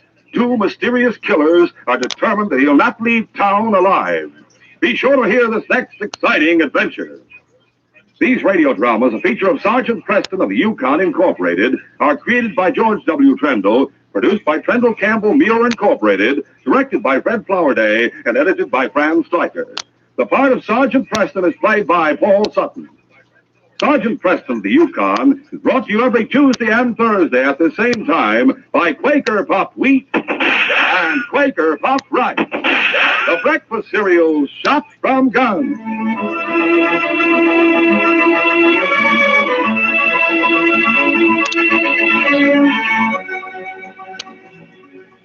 Hello, folks. This is your friend Aunt Jemima. I know you like my extra light Aunt Jemima pancakes, but for a change of flavor, I know you'll also like my tangy buckwheat mix. Just add milk, and you'll bake the most wonderful buckwheat cakes with just the right amount of old-time buckwheat goodness. You're listening to Chin Radio AM 15. Too much. And light? My buckwheat cakes are so light and digestible, children can just eat and eat. For variety, try both kinds of my mixes. My pancake mix for fluffy, light Aunt Jemima pancakes, and my buckwheat mix for golden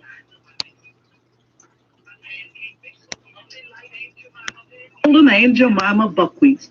Remember, there's nothing more tempting in this whole wide world than Aunt Jemima's buckwheat light and safe. Why don't you try some today?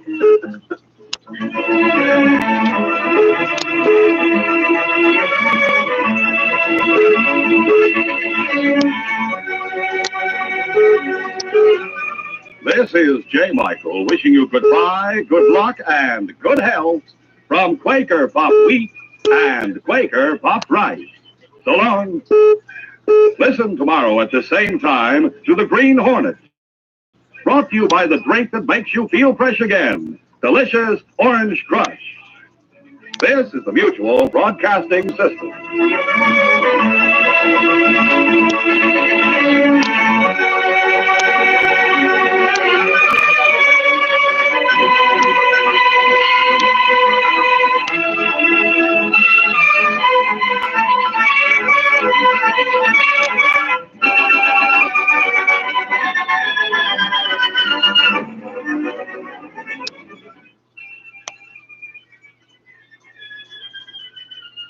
You're listening to Chin Radio AM 1540, the voice of multicultural Toronto, bringing you the latest updates on COVID-19. Stay informed, stay safe, and stay tuned to Chin Radio AM 1540. From Hollywood, it's time now for Johnny Dollar. Bert Major, Masters Insurance and Trust. Oh, hi, Bert. What's up? Poor little rich girl in California, straight life policy on her husband, with herself as beneficiary. A lot of dough, but not too unusual, if you can afford it. Effective in 2 weeks, and hush-hush, a surprise. But who wants it? Why? Exactly. Nice piece of change for the company in commissions, or for her in payoff, if she's playing that kind of a game. You talk like you don't know her. Name only. Deal was arranged pending through her lawyer in Los Angeles. Be out there in the morning, Johnny. All right, Bert. Who gives me the fill-in? Our agent out there, Roger Hackey. He'll meet you at International Airport.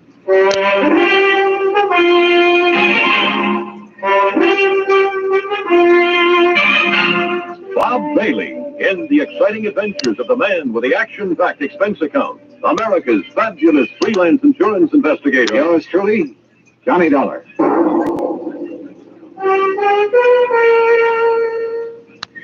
And now, Act One of yours truly, Johnny Dollar.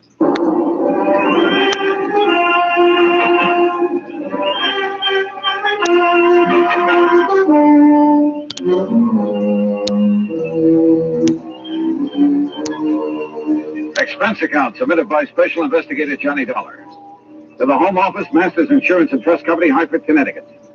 Following is an account of expenses incurred during my investigation of the poor little rich girl matter.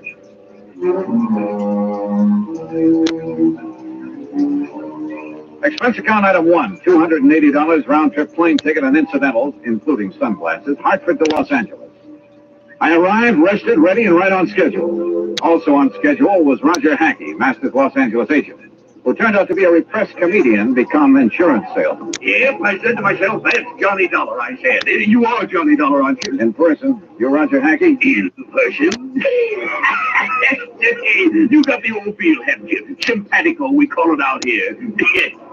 Have a nice trip? Yeah. Good, good. Airplanes scare me. Don't like being up there in the wild blue yonder. Terra Burma is my dish of tea. Slow but sure, they call me. Yeah, well, look. Now, if you'll just follow me, we'll jump in my jalopy, and I'll have you at the Beverly Hilton before you can say Happy Hooligan. You said. Huh? Oh, yeah. Well, here we go. Cloud of dust and all that.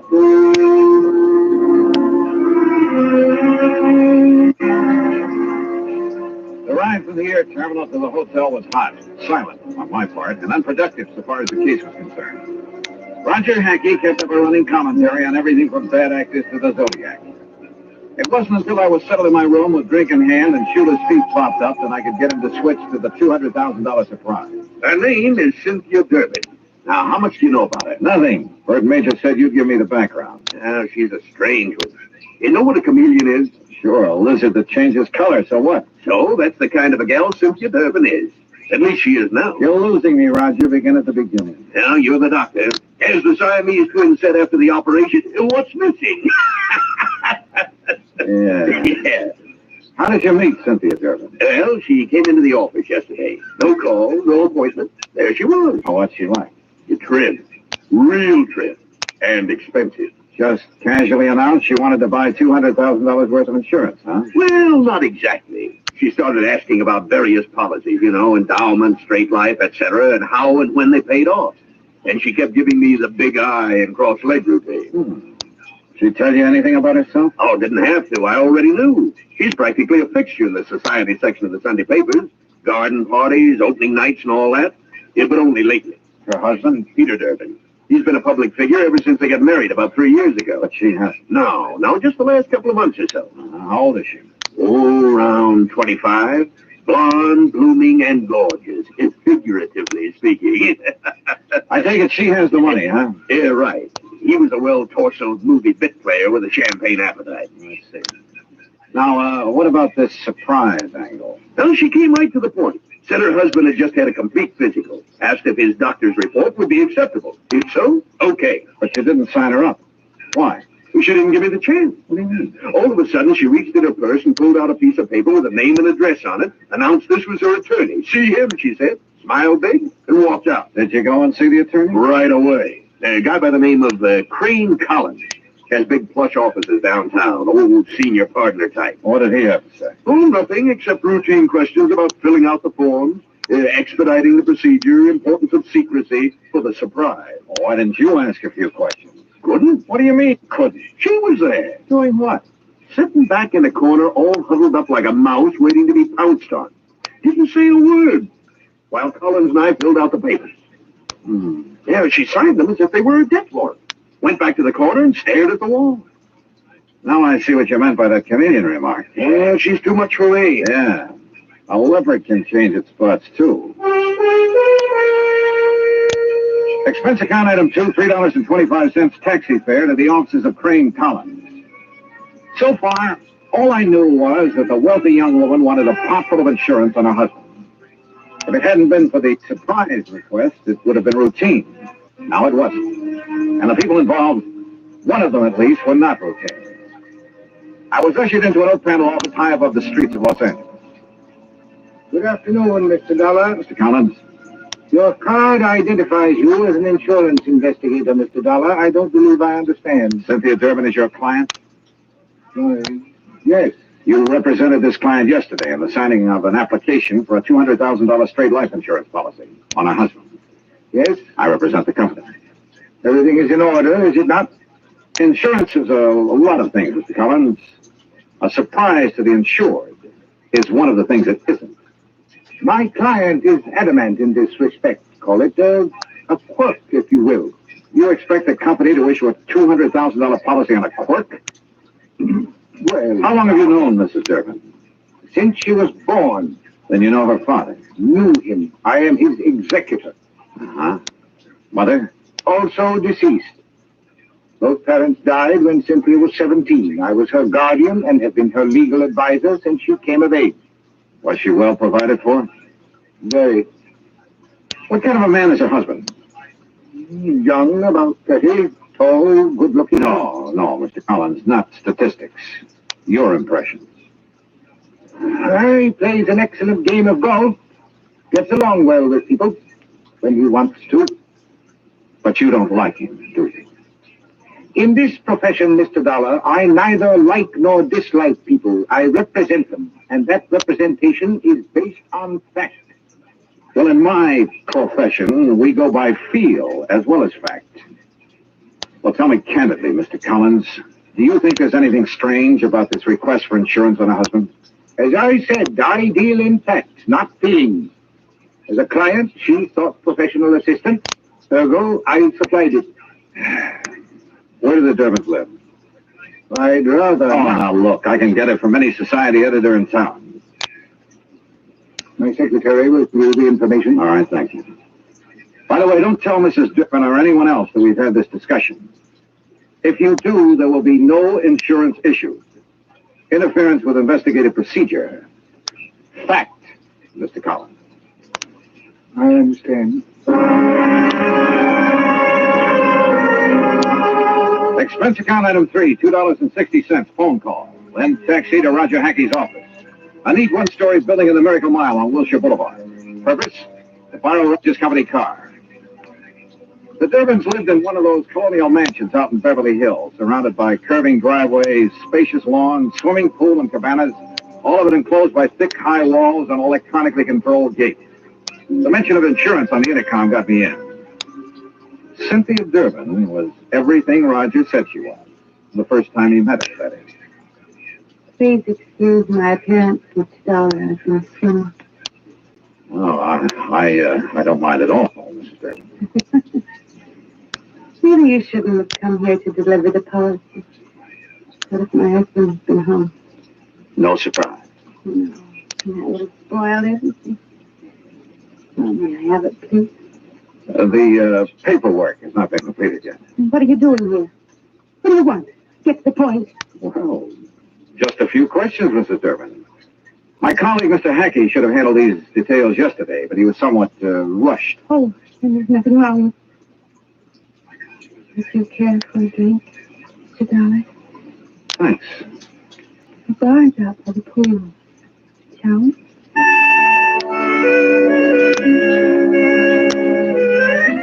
She was wearing a bikini and high-heeled beach sandals, and she led the way. I was hoping it was 2 miles to the pool instead of the 75 yards it turned out to be. I mixed the drinks, and we settled down in a couple of sun lounges. Ah, those details, Mr. Dollar. Just formalities, actually. You ought to be the beneficiary? Yeah, that was discussed yesterday. Oh, yes, so was. What does your husband do, Mrs. Durbin? He doesn't work, if that's what you mean. He doesn't have to. I have enough for both of us. Flowers. Yeah? Special in my drink, please. Oh, sure. Say, tell me, did you ever contemplate divorce? Divorce? What if I make you ask a question like that? Well? Of course not. We've had our differences. Minor ones, but couple hasn't. Yeah, I suppose you got a point there. Here. Thank you.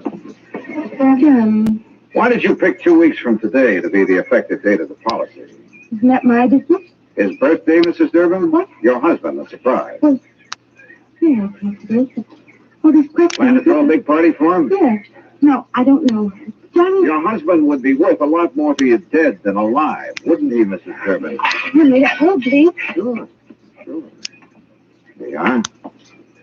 But you haven't answered my question. I'm sorry, you'll have to excuse me. I have a headache.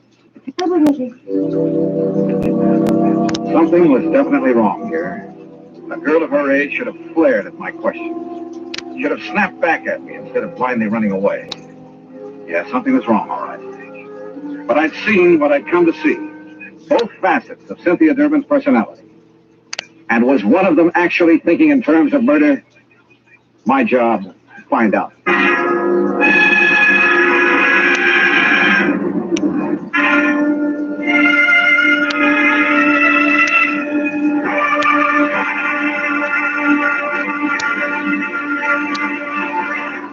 Act 2 of yours truly, Johnny Dollar, in a moment. An interesting parallel hit me the other day. When a baby takes its first 3 steps, everybody is happy and gives a cheer for its progress. The same thing happens when a country takes important steps toward lasting world peace and freedom. That great American patriot, Benjamin Franklin, outlined 3 important steps in the drive toward a lasting world peace and freedom of mankind. The last and most important of these steps was, and is, to get the people of the world to talk to each other and to help each other. This is the essence of the people-to-people program that Americans have put into operation all over the world. It has been such a great success that it is beginning to work both ways. Not too long ago in Korea, Tom Lawrence, a yeoman in the United States Navy, lost his wallet on a street in Seoul. The wallet was found by a 15-year-old Korean boy who gave it to his father. The father promptly returned it to Lawrence with nothing missing. Tom Lawrence decided that this kind of honesty should pay off. He visited the 7 members of the Korean family and gave them 80 pounds of rice. He then promised to bring the family 50 pounds of rice each month he remained in Korea. The Korean father said, "I think this is much more than I deserve." Maybe it was, and maybe it wasn't. But who can put a price on better understanding among the peoples of the world? For through better understanding of each other comes an understanding of freedom, the right of all men, everywhere. And now, Act 2 of yours truly, Johnny Dollar, and the poor little rich girl matter.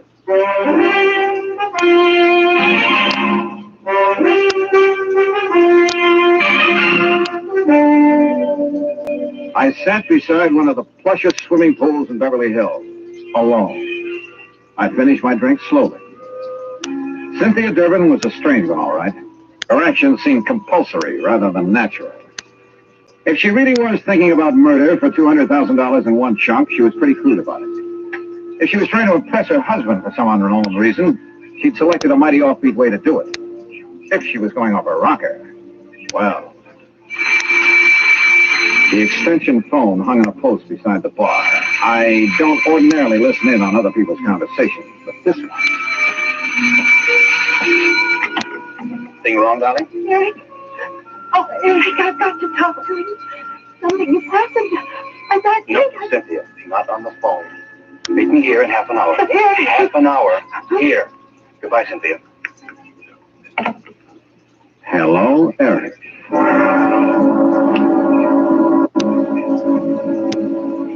As I strolled to my car, nobody asked me to come back again sometime. Not that I expected it. I parked a block down the street, adjusted the rear view mirror, and got company. A cigarette later, she came zooming out in a cab convertible and headed my way. I've tailed a few cars in my time, but this kid was either scared silly or she'd learned her evasive tactics from Bull Halsey. I lost her in the first 10 blocks. So I drove Roger Hackey's car back to his office and prepared for the horse laugh I had coming. It came. She lost you, huh? Oh, that's a dandy, a real dandy. Hey, tell me, do you always laugh when you're about to lose the commission on a $200,000 policy? Yeah? Oh. Well, what are you going to do now, Johnny? Who is Eric? Well, he's not a brother, that's for sure. Oh, I don't know. You know, for 2 cents, I'd turn in a negative report and go on back to Hartford. Oh, wait now. You can't do that. This is a big deal. For you. For me, it's a pain in the neck. But you can't turn in a negative report just because she's got an extracurricular boyfriend. You don't even know who he is. And what about her husband? Yeah, what about him? Here. I got the dope right here. Today's paper, and it's a good picture of him. Read what it says. Peter Durbin, one of Los Angeles' better amateur golfers, plays out of Cicero Country Club where the state open is being held this week. He's expected to finish in the top. Roger, what time is it? 4:30. Thanks. Huh? Hey, where you going? I'm going to try my hand at being a reporter. What? What are you talking about? Roger, I'm going to interview Mr. Peter Durbin for the Interstate Publicity Press Association. Expense account item 4, $2.40, cab fare to the Silver Oak Country Club, which nestled in a big ravine north of Sunset Boulevard, some 15 minutes from Roger's office. The last players were coming in for the afternoon round when I got there, and Peter Durbin was among them. I waited until after the radio and TV boys had got through, and then caught him in a corner of the locker. Yes? Who are you? Johnny Dollar, Interstate Publicity Press. I'd like to ask you a few questions, please. Well, I've already given my interview. Well, sure, I know, but this is feature stuff. This part of the day. There's the gallery party and stuff like that. Oh, all right, but make it quick. Yes, sir. Is your wife here? No, she never watches me play. Oh? Where's she now? Well, at home. Where else? But now, see here, don't you... You're playing a great game, Mr. Durbin. You figure you're going to win this tournament, huh? Yes, I think so. McMahon has turned in at 69, of course, but I'm still 3 strokes up on him. I play a much steadier game than he does. Oh, yeah, sure. This is your home club, isn't it? Yes, it's one of the best in the country. Yeah, mighty fine course. You must be pretty well heeled. That's none of your readers' concern. Oh, I'm sorry. Say, you have a birthday coming up soon, haven't you? How did you know? Oh, well, you're a prominent personality, Mr. Durbin. We keep a file on this sort of thing, on important people like you. Oh, I see. Sure. I suppose you're going to have a big affair. No, as a matter of fact, the annual Western Road races fall on my birthday each year. As a reporter, you should recall that I won both last year and the year before. Oh, yeah, sure. Well, happy birthday, Mr. Durbin, and good luck. Well, is that all you want? That's all I need to know. Thanks.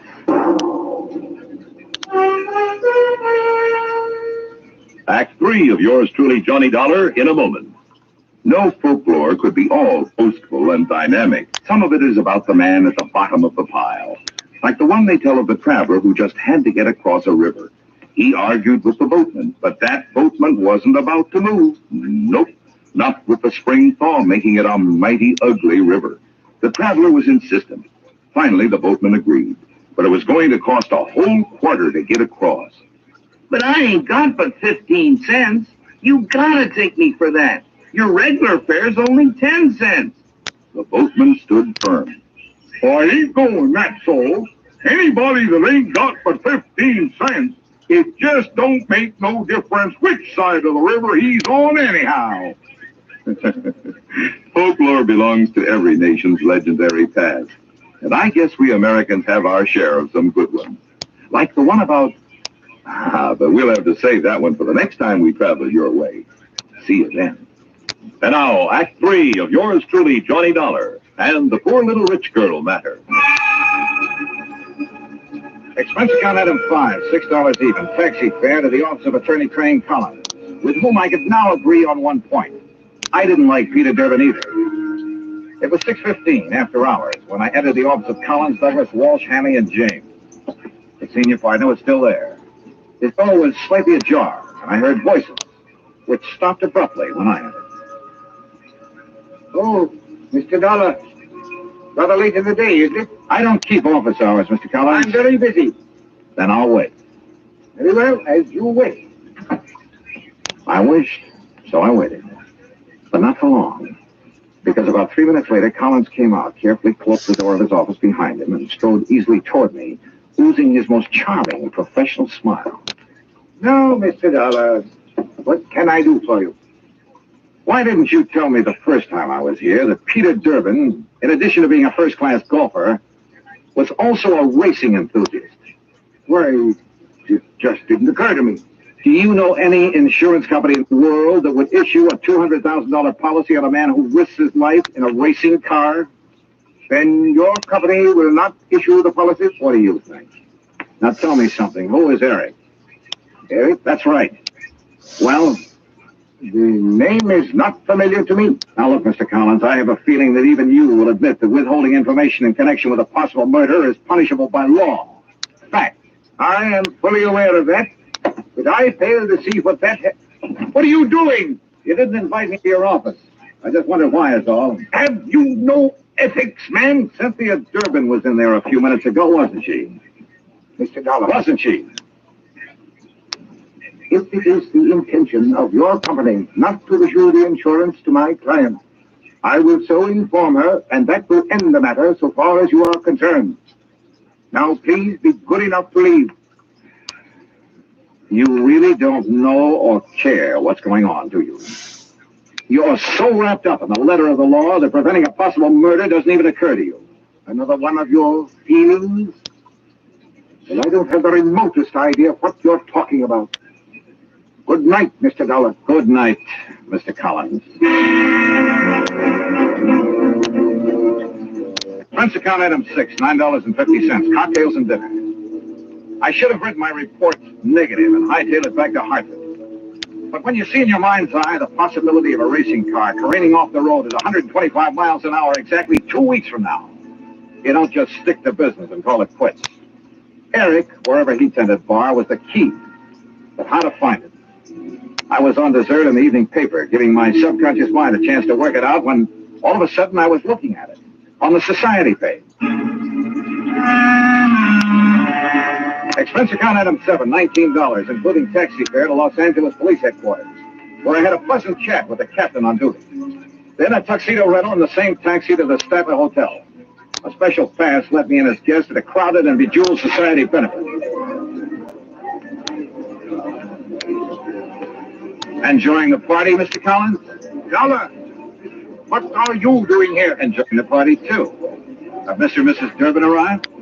You are the most annoyingly persistent individual I have ever... Please, no compliments. See you later.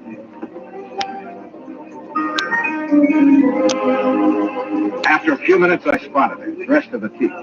She turned suddenly and saw me. I expected surprise, chagrin, fear, most anything but what I got. Dollar, Johnny, I am glad to see you.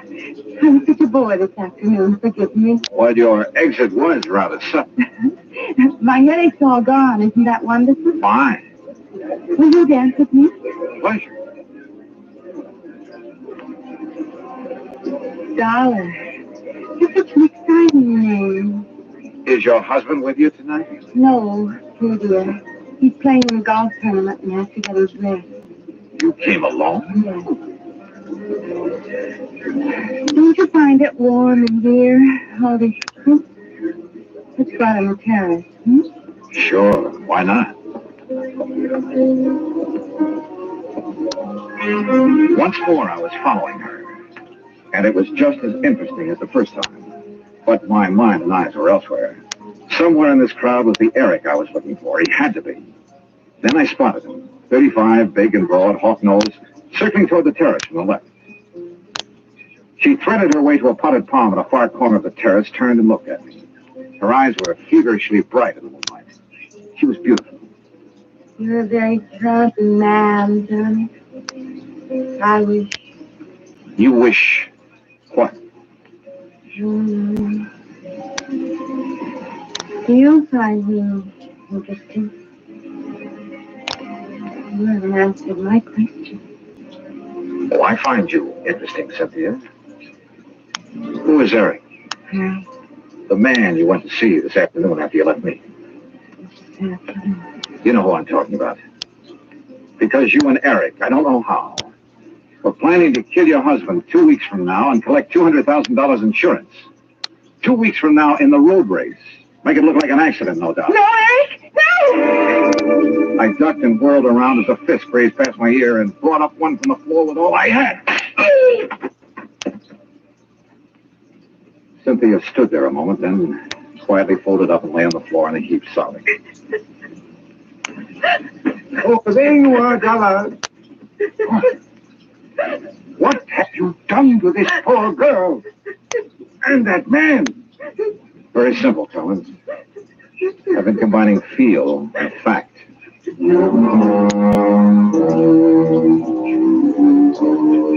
The house stick and I got them out of there. Hawk-nosed to police headquarters, Cynthia to a hospital. Eric turned out to be a quack psychiatrist who preyed on unstable rich women and who was wanted in both New York and Florida. He had a perfect setup in Cynthia Durbin until he went for murder and the big money. Mrs. Durbin, well, the doctors tell me she ought to be normal mentally in a couple of years with proper psychiatric treatment. Expense account total, $317.75.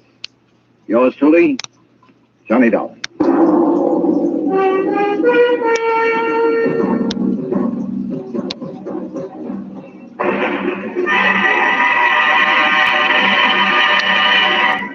Our star will return in just a moment. Our flag now numbers 50 stars, and behind each star there stands yet another flag, representing one of the 50 states. North Carolina's state flag bears the initial of her name on either side of a white star. Above, on a yellow scroll, is the date May 20th, 1775. Below, on a similar scroll, is the date April 12th, 1776. The 1775 date stands for an early Declaration of Independence, known as the Mecklenburg Declaration of Independence. April 12, 1776, was the date of the first Constitutional Convention held in Halifax. The Halifax Resolve was a document that placed the Old North State in the front rank, both in point of time and spirit, among those colonies which demanded unconditional freedom and absolute independence from any foreign power. North Carolina's state flag, the flag of the 12th state to enter the Union, was adopted on March 9, 1885. Now, here's our star to tell you about next week's story. Next week, a beautiful yacht, a beautiful, charming girl, and a man who wished he'd never heard of either of them. Join us, won't you? Yours truly, Johnny Dollar.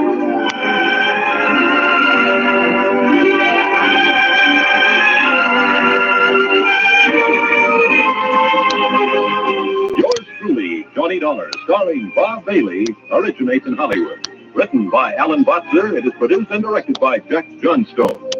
Heard in our cast were Virginia Gregg, Herb Ellis, Frank Nelson, Marvin Miller, and Peter Lee. Be sure to join us next week, same time and station, for another exciting story of Yours truly, Johnny Dollar.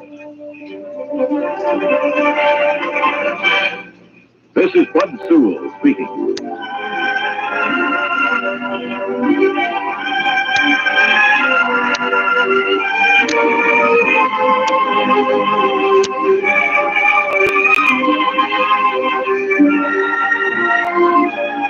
This is the United States on Forces radio and television service.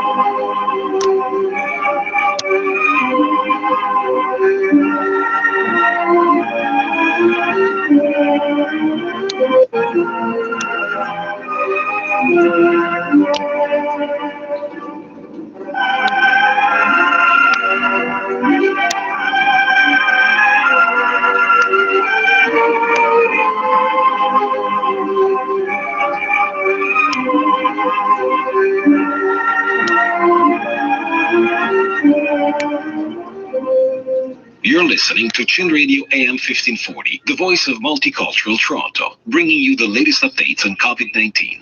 Stay informed, stay safe, and stay tuned to Chin Radio AM 1540. Now, as gunshots echo across the wind-swept, snow-covered beaches of the wild Northwest, Quaker Puff Wheat and Quaker Puff Rice, the breakfast cereal shot from guns, present the challenge of the Yukon. It's Yukon King, swiftest and strongest lead dog of the Northwest, blazing a trail for Sergeant Preston of the Northwest Mounted Police in his relentless pursuit of lawbreakers. One king, one Huskies. Gold discovered in the Yukon. A stampede to the Klondike in the wild race for riches. Back to the days of the gold rush. With Quaker Puff Wheat and Quaker Puff Rice, bringing you the adventures of Sergeant Preston and his wonder dog, Yukon King, as they meet the challenge of the Yukon.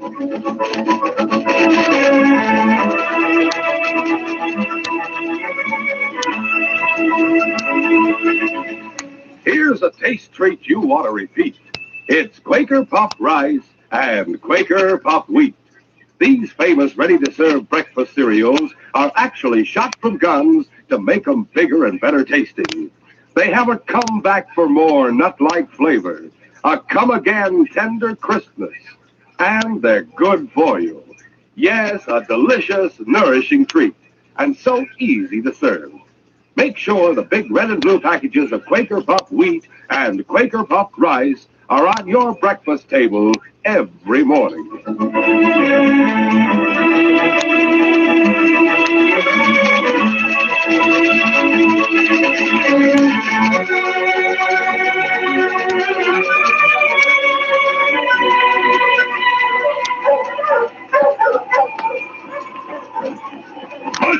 Push on!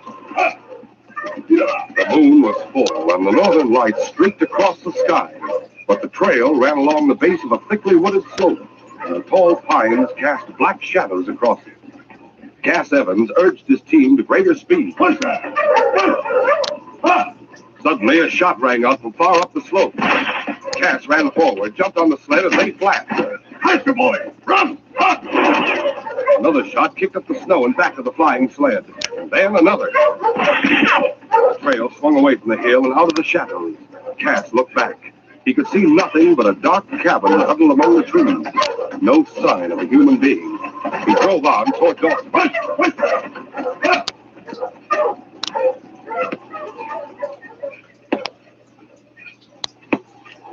When he reached town, he unharnessed his dogs and back to the Palace Hotel, turned them into the run, and went directly to Northwest Mounted Headquarters.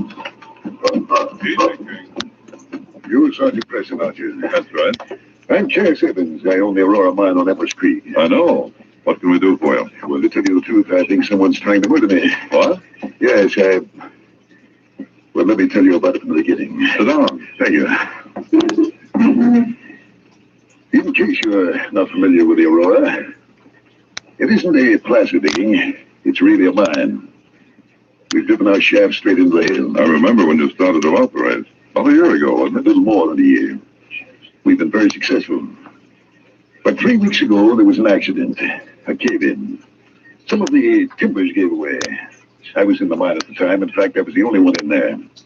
Work had finished for the day. Were you near the cave-in? I was close enough. I could have been killed, but I wasn't. And actually, there was no great damage done. But it wasn't an accident, Sergeant. No? Someone had sawed almost completely through the timbers. I see. I believe I know what you're thinking. That it would have been hard to call it an attempt on my life, an attempt to kill me personally, unless, of course, the timbers were weakened just before work ended that day or just afterward. You see, I make a habit of inspecting the mine just before I go to bed, and I do it alone. I test the timbers. You get what I mean, Sergeant? I can see the possibility. Well, that was the first time.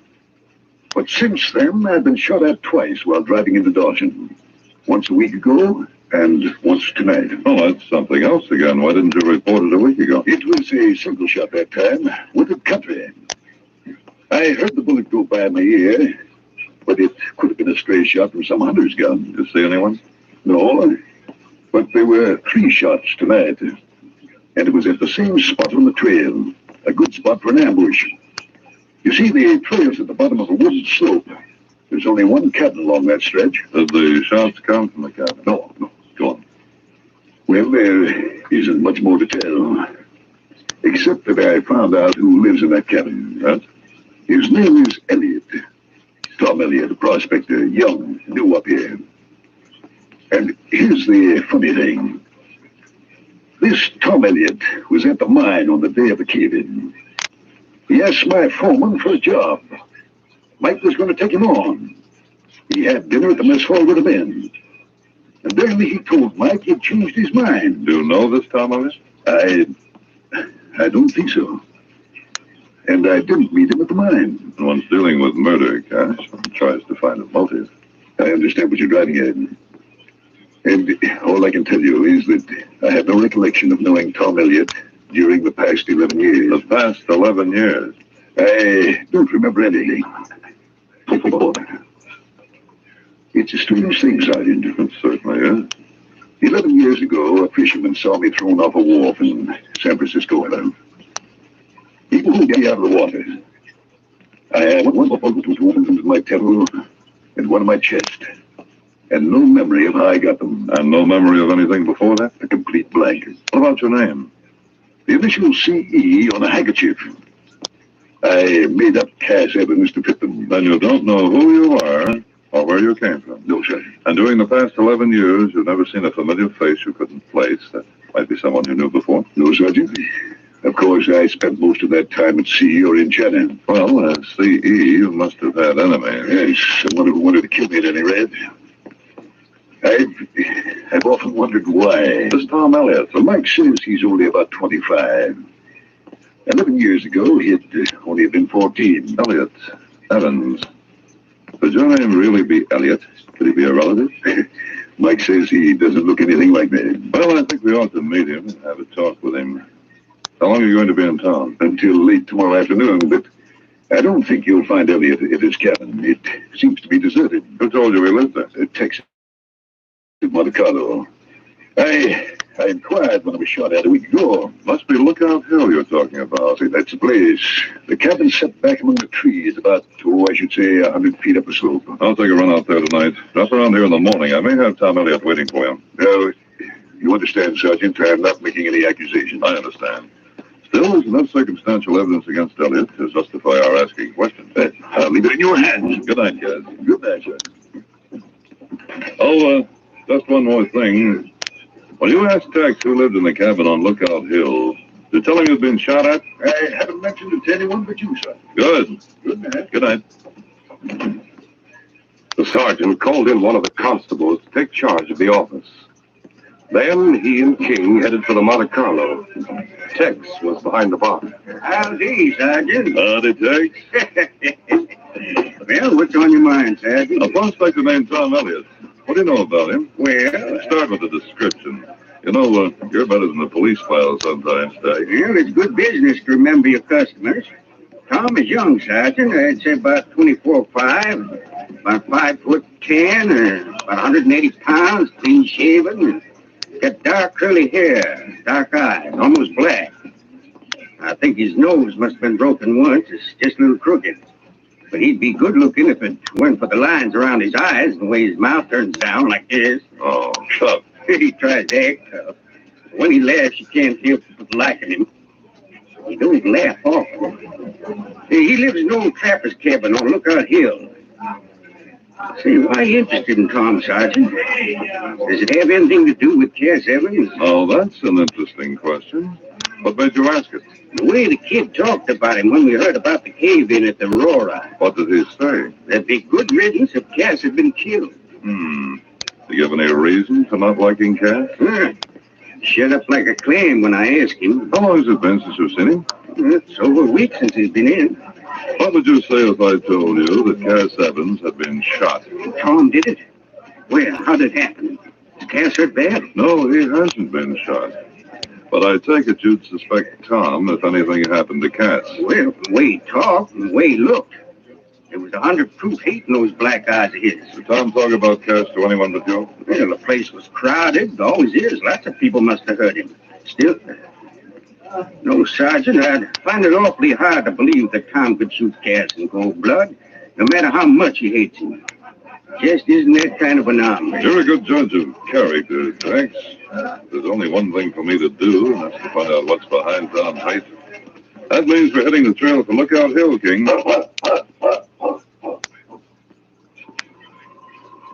It was long after midnight when the sergeant reached the cabin on Lookout Hill. The sergeant and King started up the hill. Cass was wrong about the place being deserted, boy. Light in the window and dogs out and back. Of course, there may not have been anyone in the cabin when he drove by. Since the shots didn't come from the cabin, that's understandable, I think. Well, we'll see.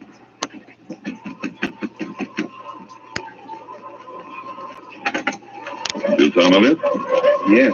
Sergeant Preston, Northwest Mounted Police. What do you want, Sergeant? I'll have a talk with you.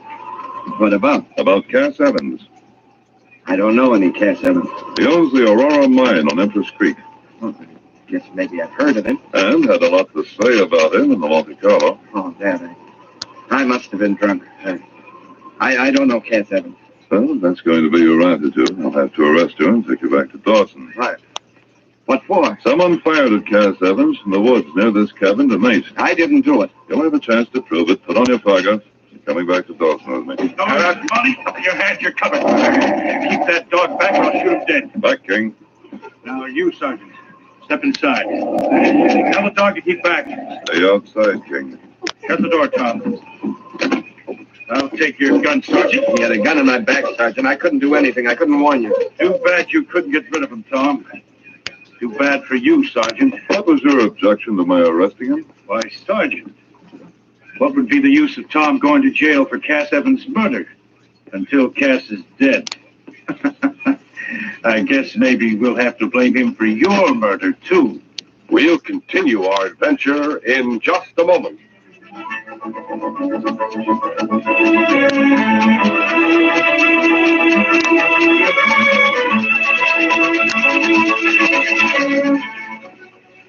Say, fellas and girls, it won't be long now. I mean until the new year, 1950, is here. Well, I am here. Great Scott, where did you come from? Well, I guess I shouldn't really be here, but yeah. Why, you're a baby. Gosh, you haven't got any clothes on. That is, hardly. I mean, except for that big ribbon you're wearing. See what it says on it? Sure do. It says 1950. That's right.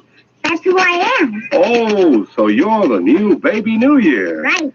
Well, you're a good day and some hours early, aren't you? Well, I was just checking up. Oh? On New Year's resolution. Made any? Me? Oh, you bet. And I was about to tell all the fellas and girls about a resolution everyone ought to make. Well, what's that? It's to eat a good, nourishing breakfast every morning the year round. Well, that's a swell idea. And so easy to keep, too. Especially if you include big heaping bowlfuls of swell-tasting Quaker Puffed wheat or Quaker Puffed rice with milk or cream and topped with fruit. Well, sounds good. Oh, it is. Quaker puffed wheat and Quaker puffed rice are shot from guns to make them crisp and tender. Yes, these king-size premium grains are actually exploded up to 8 times normal size to make them bigger and better tasting. And what's more important, too, both delicious kinds furnish added food values of restored natural grain amounts of vitamin B1, niacin, and iron. You mean they're good for you? You bet. And for variety, you can eat Quaker puffed wheat one day, Quaker puffed rice the next. Boy, I can hardly wait. My kid and sister is going to see me try them. And fellas and girls, don't you be missing out. In 1950, eat Quaker puffed rice and Quaker puffed wheat. The ready-to-serve breakfast cereals shot from guns. Ask Mom to start the new year off with a breakfast treat that can't be beat. Get next to those big red and blue packages of Quaker puffed rice and Quaker puffed wheat.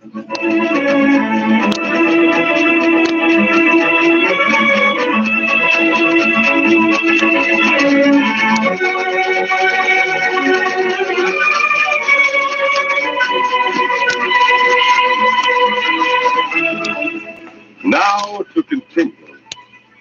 The hard-featured, black-bearded man who held a gun on the sergeant ordered him and Tom Elliott to sit down on the cot in the corner of the one-room cabin. Then he settled himself in a chair near the stove. I'm not going to take a chance on tying you two up until Brad gets back.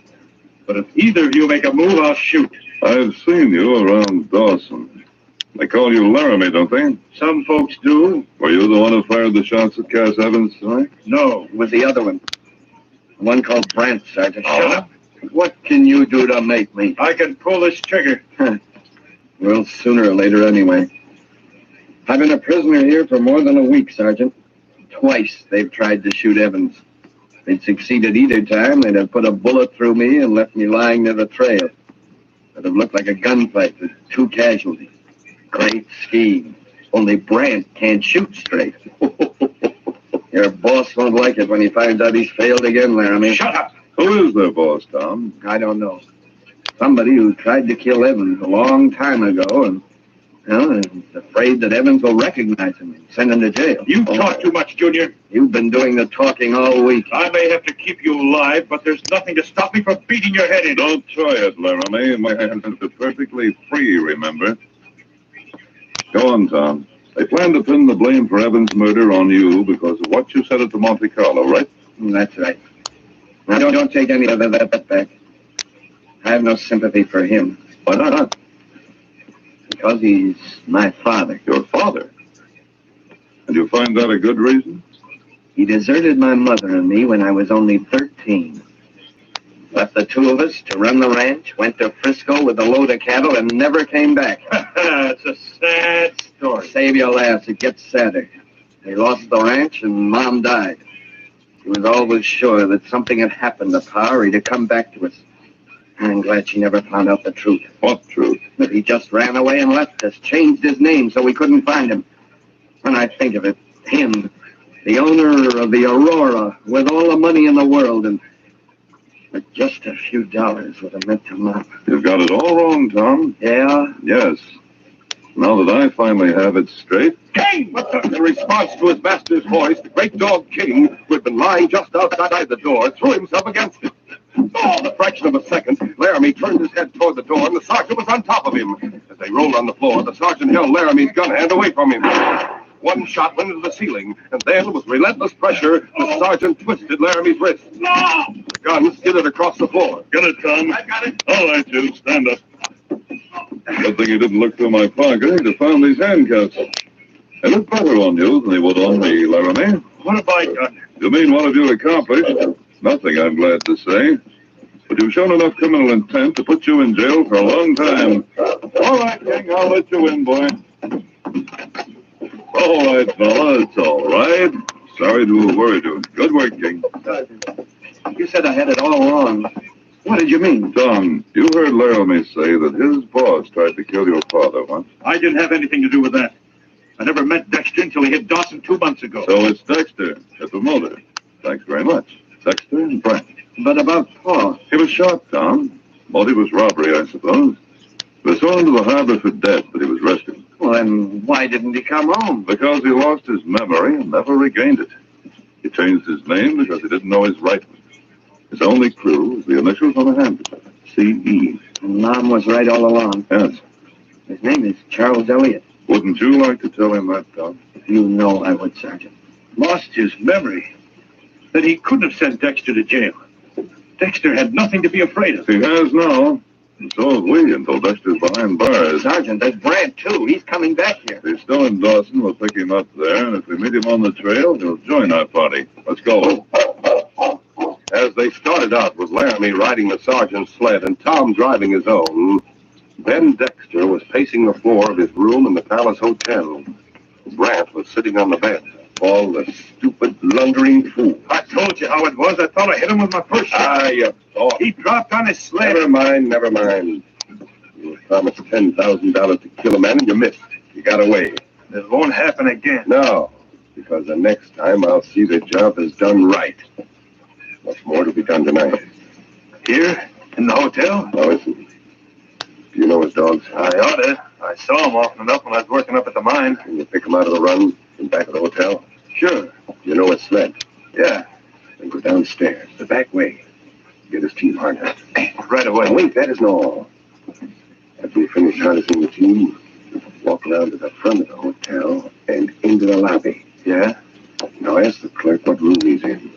Say that you have an important message for him that must be delivered in person. I got you. When you got the number of the room, climb the stairs to the second floor. Wait there for a few minutes. Then go back to the clerk.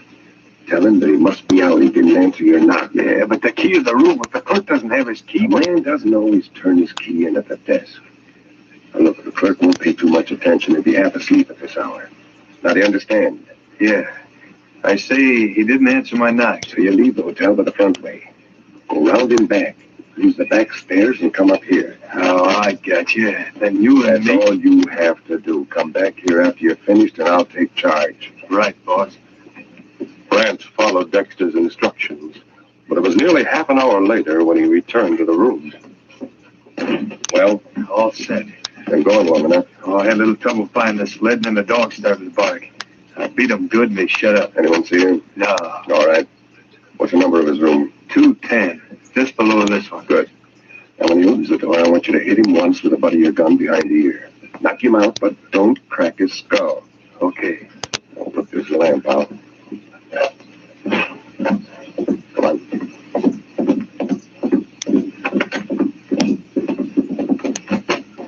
Two men walked swiftly down the corridor to the back stairs, then down the back stairs to the second floor.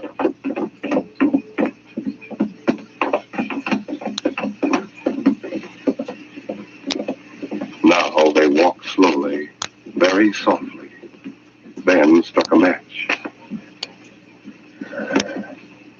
This is it. Don't want to knock too loud. But I've still got to wake him up. A message, Mr. Evans.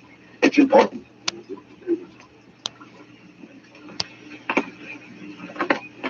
Get him. I said him. I wanted to make sure. Come on, inside the room.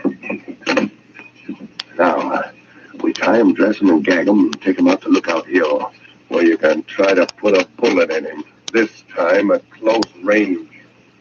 When the sergeant, Tom, and Laramie reached Dawson, their first stop was at the Northwest Mounted Headquarters, where Laramie was locked up. Then the sergeant and Tom drove on to the Palace Hotel.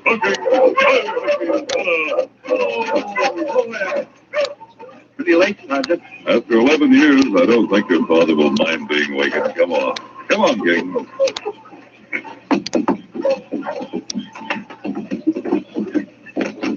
As usual, Johnny's sound asleep. Wake up, Johnny. Oh, Sergeant. I must have dozed off a little. Just a little. What room's Cass Evans in? 210. Right. I would say he isn't in. At this hour? Right. It's practically morning, isn't it? When to go out? Oh, I didn't see him go out. You probably didn't see him come in. No, I mean, this was only about 15 minutes ago. A fella came in and asked for him. I told him 210 and he went up. In a few minutes he came down again, said he'd knocked on the door and no one answered. Someone asked for him this time of night. I think he works at the Aurora. Forgotten his name, a big guy with a red beard. Sergeant, that's Branch, Johnny.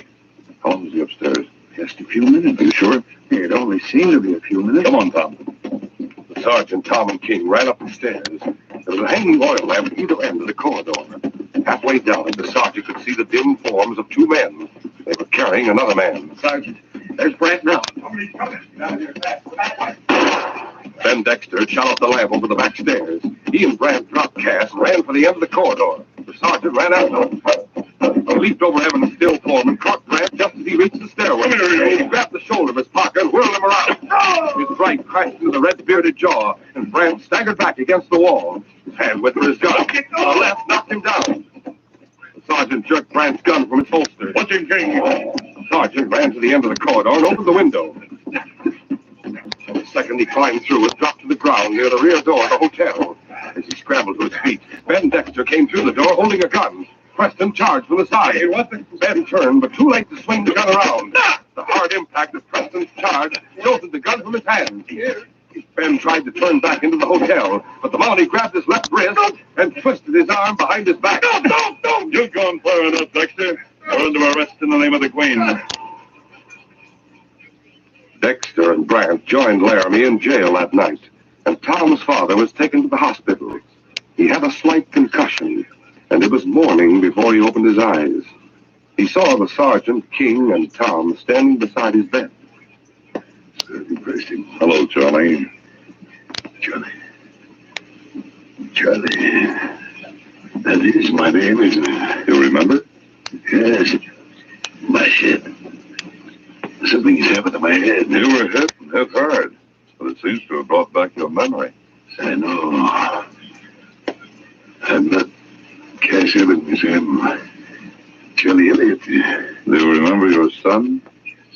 We do. Hello, Paul. Tom.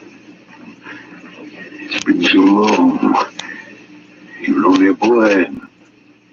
Now you've come up here to... No, Charlie, you're wrong. Tom had nothing to do with those attempts on your life.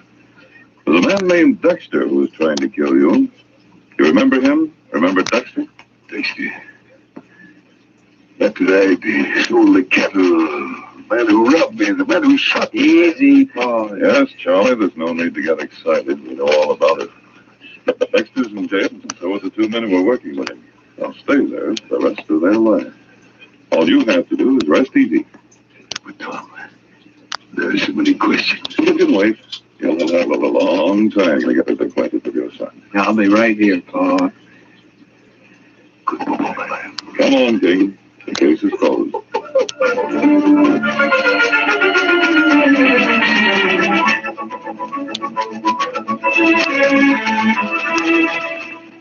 In just a moment, Sergeant Preston will give you a preview of Monday's adventure. Well, sir, fellas and girls, next Sunday is the first day of a new year. And right here is someone who wants to say something to each and every one of you. Here is Sergeant Preston himself. And naturally, I don't have to tell you that King is here too, right beside you. Fellows and girls, King and I just want to wish you a happy new year. May the coming year be the finest, the happiest ever for you and your family. How about it, King? That's King's way of saying to the both of us, Happy New Year. And Sergeant Preston, that goes for me and all of us here. And for the Quaker Oats Company, makers of Quaker Puffed Wheat and Quaker Puffed Rice. Yes, from all of us, a Happy New Year to one and all.